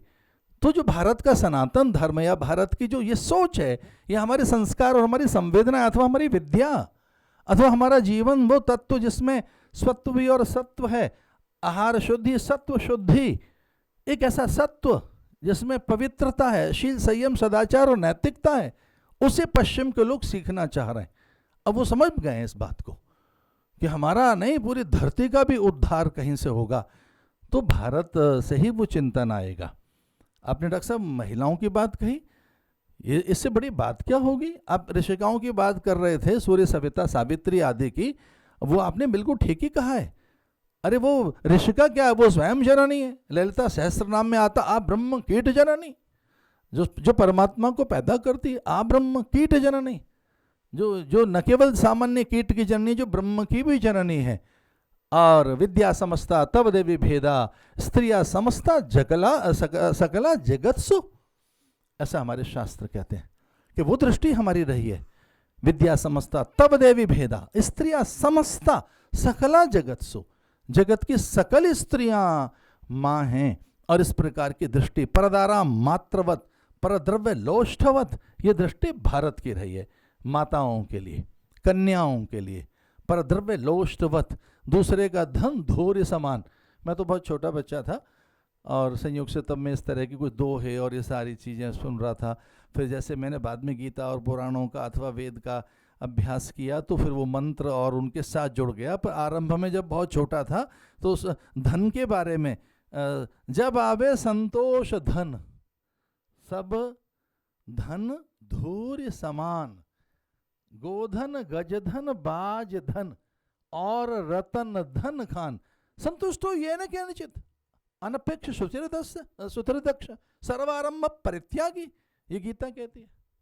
संतुष्टो ये न केनचित, किसी प्रकार से संतुष्ट हो जाइए। और जिस अर्थ की अथवा धन की बात कर रहे हैं, हाँ हमने उसे पुरुषार्थ माना है, लेकिन हाँ आज तक भी भारत में मुझे नहीं लगता कि कोई धन के कारण पूज्य बन गया है अथवा आदर नहीं हुआ है। आज तक भी भारत में धनी व्यक्ति का आदर नहीं हुआ है। चरित्र के कारण, शील संयम सदाचार के कारण, नैतिकता के कारण, त्याग और बलिदान के कारण कदाचित वो आदर नहीं हुआ है। आज भी धन के कारण नहीं, आज तक भी नहीं। देश कुछ ऐसा ही है जो शील उपासक है, चरित्रोपासक है। भारत कुछ ऐसा ही देश है। हम हिंदू जो धरती अंबर अग्नि जल वायु निहार का नक्षत्र में उसी को देखते हैं, जो बहते हुए पानी में परमात्मा के दर्शन करते हैं, जो भोर में उठकर धरा को भगवत भारिया मानकर उसकी धूल गणों को मस्तक पर रखते हैं, जो हम ऐसा भी कहते हैं कि हाथों में ही ब्रह्मा विष्णु महेश और सरस्वती गोविंद आदि का वास है। हम बड़े पराक्रमी पुरुषार्थी हैं। हो सकता है कि हमारी उदारता के कारण 1000 वर्ष का ये एक काला रात्र हमने देखी हो, लेकिन अब हिंदू जग रहा है जैसा कि आदरणीय डॉक्टर साहब ने बताया कि हर क्षेत्र में भारत अग्रणी है, शक्कर के उत्पादन में अथवा अन्न के उत्पादन में अथवा वो विद्युत के उत्पादन में, और बड़े संकोच के साथ कह रहा हूँ कि और कहीं वो उत्पादन नहीं हो रहा है। ज्ञान के उत्पादन में भी भारत के पास ही वो उर्वरा धरा है, वो अंतःकरण हमारे पास ही है, और कभी भी हिंसा से आगे कोई बढ़ा नहीं। एक इतिहास में काल करवट लेता है और कुछ मानवीय भूलें रहीं, कुछ प्राकृतिक किस तरह के विक्षोभ हुए कि सरस्वती खो गई धरती पर, किस तरह से भूखंड बढ़ गए, अलग अलग कॉन्टिनेंट्स बन गए, लेकिन ये भारत का जो चिंतन है, जो हमारा वैदिक चिंतन है, जो हमारा एक आध्यात्मिक अभ्यास है, ये पूरे विश्व को दिशा देगा। मैं डॉक्टर साहब की एक बात से और भी ज़्यादा परिचित हूँ, जो बहुत वर्जनाएं हैं, जो बड़े निषेध हैं, उन्होंने भी उनके कारण भी बड़ी कठिनाई रही है। जैसा उन्होंने पर्दे की बात कही, जैसा उन्होंने बाल विवाह की बात कही, स्त्रियों के अधिकार सीमित से कर दिए गए, लेकिन अब वो बात नहीं है, भारत संभल रहा है। और मैं वैसे बहुत संकोच के साथ कह रहा हूँ कि, और मुझे क्षमा भी कर दीजिए, सन्यास कई जगह ब्राह्मणेतर नहीं दिया जाता, ब्राह्मण ही सन्यास का अधिकारी है, लेकिन मैं संयोग से जिस पीठ का आचार्य हूँ वहाँ पर कहा कि नहीं, हम सबको सन्यास देंगे। और मैं ऐसे महिमा मंडन नहीं कर रहा हूँ, 4,90,000 हमने सन्यासी बनाए मैंने अपने कार्यकाल में, जिसमें हजारों दलितों को भी सन्यास दिया हमने। डॉक्टर साहब, हमने हजारों दलितों को सन्यास दिया, जो दलित वहाँ पहुँच नहीं सकते थे, जो दलित हमारे बीच आ नहीं सकते थे। आपको सुनकर बहुत आनंद होगा, माया देवी की पूजा केवल ब्राह्मण वर्ण का ही सन्यासी कर सकता था, लेकिन आप बहुत गौरवान्वित होंगे, हरिद्वार की माया देवी की पूजा का जो पुजारी है वो गडरिया जाति से और मेरा शिष्य है। उसका शील, संयम, सदाचार, उसकी नैतिकता, उसका साधन बल, उसकी आध्यात्मिकता देखकर उसे अधिकार दिया गया, आप करिए पूजा। और किसी को आपत्ति नहीं हुई, किसी को भी नहीं, वहां लोग पूजा कर रहे हैं। तो मैं निवेदन आपसे ये कर रहा था कि बहनों को सन्यास दिया है हमने, माताओं को सन्यास, वो सन्यास में निकल कर आई। पीछे ट्रांसजेंडर्स, हमारे किन्नर समाज के प्राणी, उन्हें धुतकार रहे थे, लोग फटकार रहे थे। वो कह रहे थे हम अन्य धर्मों में चले जाएंगे, हम वहाँ चले जाएंगे, वहाँ हमारा आदर होता है, वहाँ हमारा इतना सम्मान होता है, हमें बराबर में बिठाया जाता है, हमारे नाम बदल दिए जाते हैं, हमसे धन ले लिया जाता है, जो हम चौराहे चौराहे पर इधर उधर से मांग कर भारी उपेक्षा, उपहास, तिरस्कार हमारा, हमें वो गले लगाते हैं, और आप हमें अपने पास नहीं बैठने दे रहे, हम मंदिर में नहीं जा सकते, उपहास होता है हमारा। आपको सुनकर आदर होगा, क्या सन्यासियों ने भी एक बड़ा उदार मन किया है, और भारत के जितने भी ट्रांसजेंडर्स हैं, यानी जो किन्नर हैं, वो अब हमारे साथ हैं, हमारे साथ हैं, उनको हमने सन्यास दिया है, उन्हें महामंडलेश्वर के पद से अभिषिक्त किया है। वो हजारों की संख्या में हमारे साथ स्नान करने निकले, और धन्य है भारत का सन्यासी, धन्य है भारत के विशिष्टतम और उच्चतम पदों पर अथवा आसनों पर अथवा पीठों पर बैठे हुए पीठाधिपति, उनको किसी को आपत्ति नहीं हुई कि अगर वो अधिकार है उनका स्नान का, तो हम सम्मान के साथ उनको लेके चलेंगे। अभी इस कुंभ में, प्रयाग के कुंभ में, तो आप जो बात कह रहे हैं डॉक्टर साहब, उसे बहुत कुछ क्षति पहुंचाइए। उदार रहना होगा, व्यावहारिक बनना होगा, हमें यथार्थ को समझना होगा। कुछ भूलें हो गई हैं, उन्हें फिर उनकी पुनरावृत्ति नहीं करनी होगी, करेक्शंस कुछ होनी चाहिए, कुछ अगर ठीक कर सकते हैं तो उसे कर लेना चाहिए, कहीं कुछ गलतियां हुई हैं तो माननीय मोहन भागवत जी के जो वक्तव्य हैं, जो अलग अलग समय पर हुए हैं, वे बड़े प्रेरक हैं, प्रभावी हैं, और उनका संकलन हुआ पुस्तक के रूप में। जैसा कि पुस्तक का नाम है यशस्वी भारत, तो हमें कोई समृद्ध भारत नहीं बनाना है, भारत को परम वैभव की ओर लेकर जाना है। मैं जब बहुत छोटा था तब ऐसा बोलता था, त्वदीयाय कार्याय बद्धा कटियम, तेरे काम के लिए मैंने कमर कस ली है, ऐसा मैं भी बोलता रहा हूँ, त्वदीयाय कार्याय बद्धा कटियम। वो क्या अद्भुत प्रार्थना थी जो मैंने बचपन में गाई है, तरुण काल में। नमस्ते सदा वत्सले मातृभूमि, त्वया हिंदु भूमे सुखम वर्धितो हम महामंगले पुण्य भूमे त्वदर्थे पतत्वेशकायो नमस्ते नमस्ते। तो ये इस तरह की एक अंगड़ाई भारत ले रहा है और मुझे ऐसा लगता है कि वो दिन दूर नहीं है जब हम भारत के प्राणी अथवा ये हिंदू धर्म पूरे संसार को सभ्यता, शील, संयम, सदाचार सिखाएगा। और कोई श्रेष्ठ है हम, इसका दंभ नहीं होता हमें कि हम कोई बहुत महान हो गए या बहुत एक्सक्लूसिव हैं, जैसा कि डॉक्टर साहब कह रहे थे कि वो एक्सक्लूसिवनेस हम में नहीं है। अरे एक ही देश के लोग अलग अलग एक्सक्लूसिव कहकर अलग हो गए एक दूसरे से। जर्मन में 2 जर्मनी हो गए, हम ज़्यादा श्रेष्ठ हैं। फ्रेंच कह रहे हैं हम तुमसे भी ज़्यादा अच्छे हैं। ब्रिटिश कह रहे हैं हम और भी ज़्यादा अच्छे हैं। डच और स्पेनिश कह रहे हैं हम और ज़्यादा अच्छे हैं। ये श्रेष्ठता का दंभ जैसे नहीं है उसे कहते हैं हिंदू। जैसे अहंकार नहीं है श्रेष्ठता का, बड़े होने का, जैसे अपने बल का या महानताओं की जो गाथाएं नहीं गाता है, अथवा जो विनय पूर्वक रहता है और जो बहुत विनयशील है, जो बांट कर, जो सबको देकर और फिर अपने हिस्से निकालता है, ये हिंदू है। देवा भागम सदा देवा भागम यथा पूर्वे संजानना उपासते, जो सबके हिस्से निकालता है। संभव मना से जानताम, जो कभी नहीं चाहता कि किसी का मन व्यथित हो, चिंतित हो, दुखित हो, वो हिंदू है। जो सबके सम्मान, स्वाभिमान, निजता और उसके गौरव के लिए जीता है, अथवा जो दूसरों के अधिकारों की अभिरक्षा के लिए सदैव तत्पर है, उसका नाम हिंदू है। उसी की ये इस तरह की बात डॉक्टर मोहन भागवत जी ने कही है। धन्यवाद आदरणीय प्रभा जी। और प्रभात प्रकाशन के माध्यम से वो पुस्तक आई, संयोग से मुझे पुस्तक परसों मिल गई थी, तो मैंने उसका खूब आनंद लिया। अभी मार्ग में भी थोड़े से पन्ने मैंने उसके पलटे थे, वो कुछ ज़्यादा आदरणीय राजीव महर्षि जी ने पढ़ी, आपने तो कुछ और, डॉक्टर साहब ने तो पूरा एक एक व्याख्यान का उसका मर्म रख दिया। वे स्वाध्यायी हैं। तो इस प्रकार से आज एक हम सारस्वत अनुष्ठान का हिस्सा बने हैं। ये जानने का अवसर मिला है कि हम हैं कौन, और अगर हम उस स्वरूप को पहचान सके तो निसंदेह हमसे बहुत सी दुर्बलताएं मुक्त होंगी और हम उसके अधिकारी बनेंगे। बस इतना कहते हुए कि हमारी परिभाषा स्वयं भगवान ने दी है और उसने कहा है कि तू मेरा सनातन अंश है। ममई वांशो जीवलोके जीवभूत सनातन। हम भगवान के सनातन अंश हैं। हम नित्य हैं, शुद्ध हैं, प्रबुद्ध हैं, हम अविनाशी हैं, अजेय हैं, हम अजेय हैं।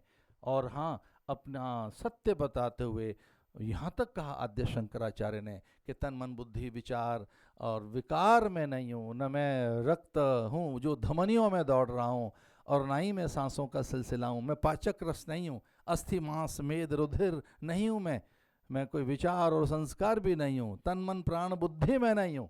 मैं चिदानंद रूप शिवोहम शिवोहम, मैं नित्य हूँ, सदा से हूँ, मैं हिंदू सदा से रहा हूँ। तो इस प्रकार का जब हमको बोध होगा तो फिर कोई भेद नहीं, राग नहीं, द्वेष नहीं। हम सबको मानने वाले प्राणी हैं, पूरे विश्व को कुटुंब मानने वाले प्राणी हैं। पश्चिम की दृष्टि में पूरा संसार एक बाजार है और भारत की दृष्टि में पूरा संसार एक परिवार है। हम हिंदुओं की दृष्टि में वही एक बात पूरे संसार में लेकर जानी है। मैं नहीं जानता कि संख्या की दृष्टि से हम पूरे संसार में कितने बढ़ रहे हैं, क्योंकि हम कन्वर्जन तो करते ही नहीं भाई, हम धर्मांतरण तो करते नहीं। मैं ये तो नहीं जानता कि भाई हम कितनी संख्या में पैदा हो गए पूरी धरती पर, क्योंकि हम तो कन्वर्जन करते नहीं। पर हाँ, मेरा ऐसा अनुमान है कि काढ़ा पीने वाले लोग, योग करने वाले लोग, आयुर्वेद के हिसाब से जीवन जीवाने लोग, प्राणायाम आदि करके अपना जीवन संवारने वाले लोग ज़्यादा बढ़ रहे हैं पूरे संसार में। यानी हिंदू संस्कृति फैल रही है पूरे संसार में, प्रैक्टिस में वही आ रही है पूरी चीज़। हिंसा प्रैक्टिस में नहीं है ना, छीना झपटी प्रैक्टिस में नहीं है। इस कोरोना काल में जिस सभ्यता, संस्कृति और संवेदनाओं ने प्रसार किया पूरे विश्व में, वो हिंदू संस्कृति, हिंदू संवेदनाएं हैं। उन्हें संभाल कर रखने की बात है। हम ठीक रहें, हमें पूरे विश्व को ज्ञान देना है। धन्यवाद प्रभा जी, आपने एक अच्छा अवसर दिया मुझे कि मैं डॉक्टर साहब को सुन सका और एक अच्छे अनुष्ठान का हिस्सा बन सका। आप सबके साथ बैठकर अच्छा लगा है। आपके धैर्य, आपकी श्रद्धा को भी मेरे नमस्कार।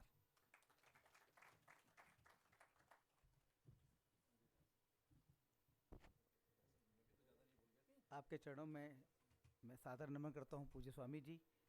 आपकी अजस्र धारा ज्ञान की बहती रहे, ऐसी अपेक्षा रहती है हमेशा। आपका आशीर्वचन मिला, मैं आभारी हूँ। हम कार्यक्रम के अंतिम चरण में हैं। आप सबके प्रति कृतज्ञता ज्ञापित करना मेरा पुनीत कर्तव्य है, और यह औपचारिकता नहीं है, सचमुच प्रभात प्रकाशन अभिभूत है आपके आगमन से। प्रभात प्रकाशन का सदैव यह प्रयास रहता है कि वह समाज को दिशा देने वाली, प्रबोधन करने वाली वैचारिक पुस्तकों का प्रकाशन करे। आज प्रकाशित होने वाली पुस्तक उसी परंपरा की एक कड़ी है। मैं सर्वप्रथम परम पुण्य सरसंघ चालक मान्य मोहन जी भागवत का विशेष धन्यवाद करता हूँ कि उन्होंने यह पुस्तक प्रकाशित करने की अनुमति प्रदान की। पूज्य स्वामी अवधेशानंद गिरी जी महाराज का हृदय से आभार। इस कार्यक्रम के लिए उन्होंने अपने प्रवास में परिवर्तन किया। मैं श्रद्धावनत हूँ पूज्य स्वामी जी। आदरणीय कृष्ण गोपाल जी, एक अभिभावक के नाते, एक बड़े के नाते सदैव अपना स्नेह देते हैं, मार्गदर्शन देते हैं। मैं उनके प्रति भी कृतज्ञता ज्ञापित करता हूँ। आदरणीय राजीव महर्षि जी, खास तौर से अभी जयपुर से पधारे हैं इस कार्यक्रम के लिए, मैं आभारी हूँ हृदय से आपके आगमन के लिए। और इस सभागार में आप सब विशिष्ट लोग बैठे हैं। आपके आने से यह कार्यक्रम सफल हुआ, यशस्वी भारत का मार्ग प्रशस्त हो, उस सब के आप साक्षी बने। मैं हृदय से आप सबके प्रति कृतज्ञता ज्ञापित करता हूँ। इस पुस्तक के प्रकाशन में और इस आयोजन में जिन जिन बंधुओं का सहयोग मिला है, उनके प्रति भी मैं अंतर्मन से आभार व्यक्त करता हूँ। अंबेडकर सेंटर के अधिकारियों और कर्मचारियों का इतनी सुंदर व्यवस्था देने के लिए आभार। मीडिया के बंधुओं का आभार। हम माननीय मागो वैद्य जी की पावन स्मृति को नमन करने के लिए एक क्षण खड़े होकर उनकी आत्मा की सद्गति के लिए प्रार्थना करें।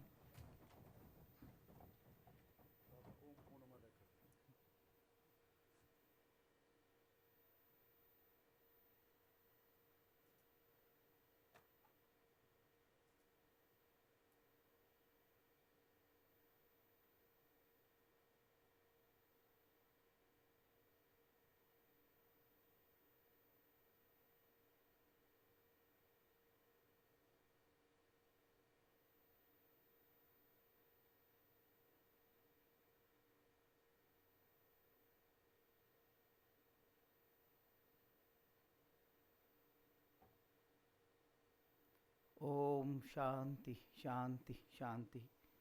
वंदे मातरम के लिए मैं गंधर्व महाविद्यालय के शिक्षक श्री राजेंद्र शर्मा जी को आमंत्रित करता हूं, कृपया वे आएँ वंदे मातरम के लिए। इसके बाद बाहर जलपान की व्यवस्था है, आप सबसे आग्रह है कृपया जलपान करके जाएं, और पुस्तक की एक मानार्थ प्रति भी आप लोग लेकर जाइएगा।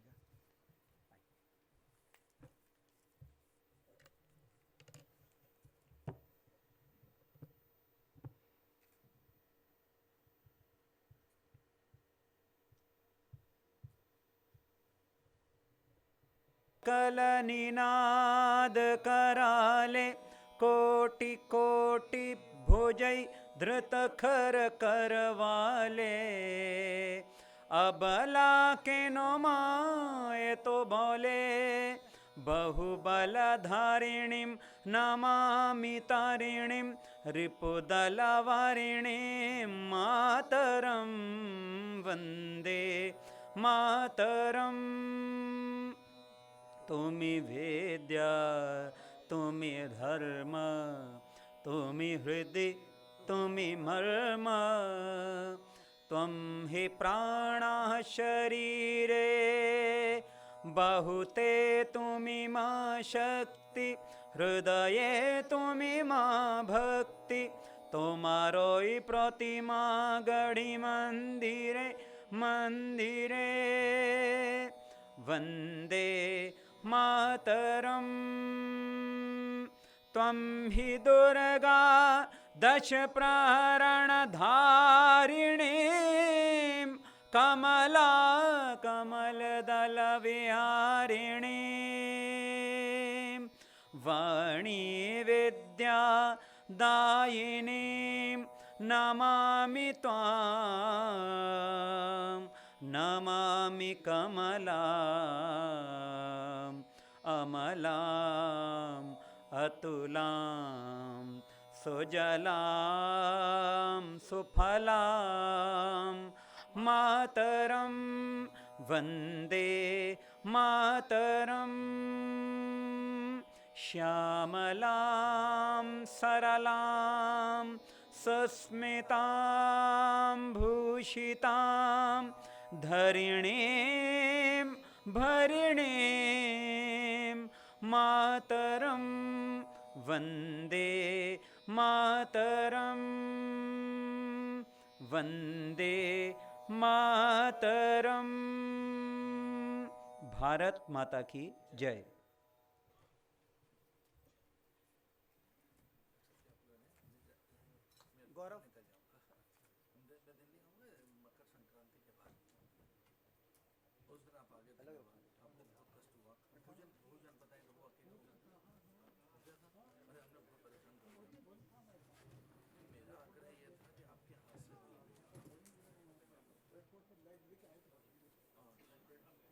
गौरव ये रख के आओ।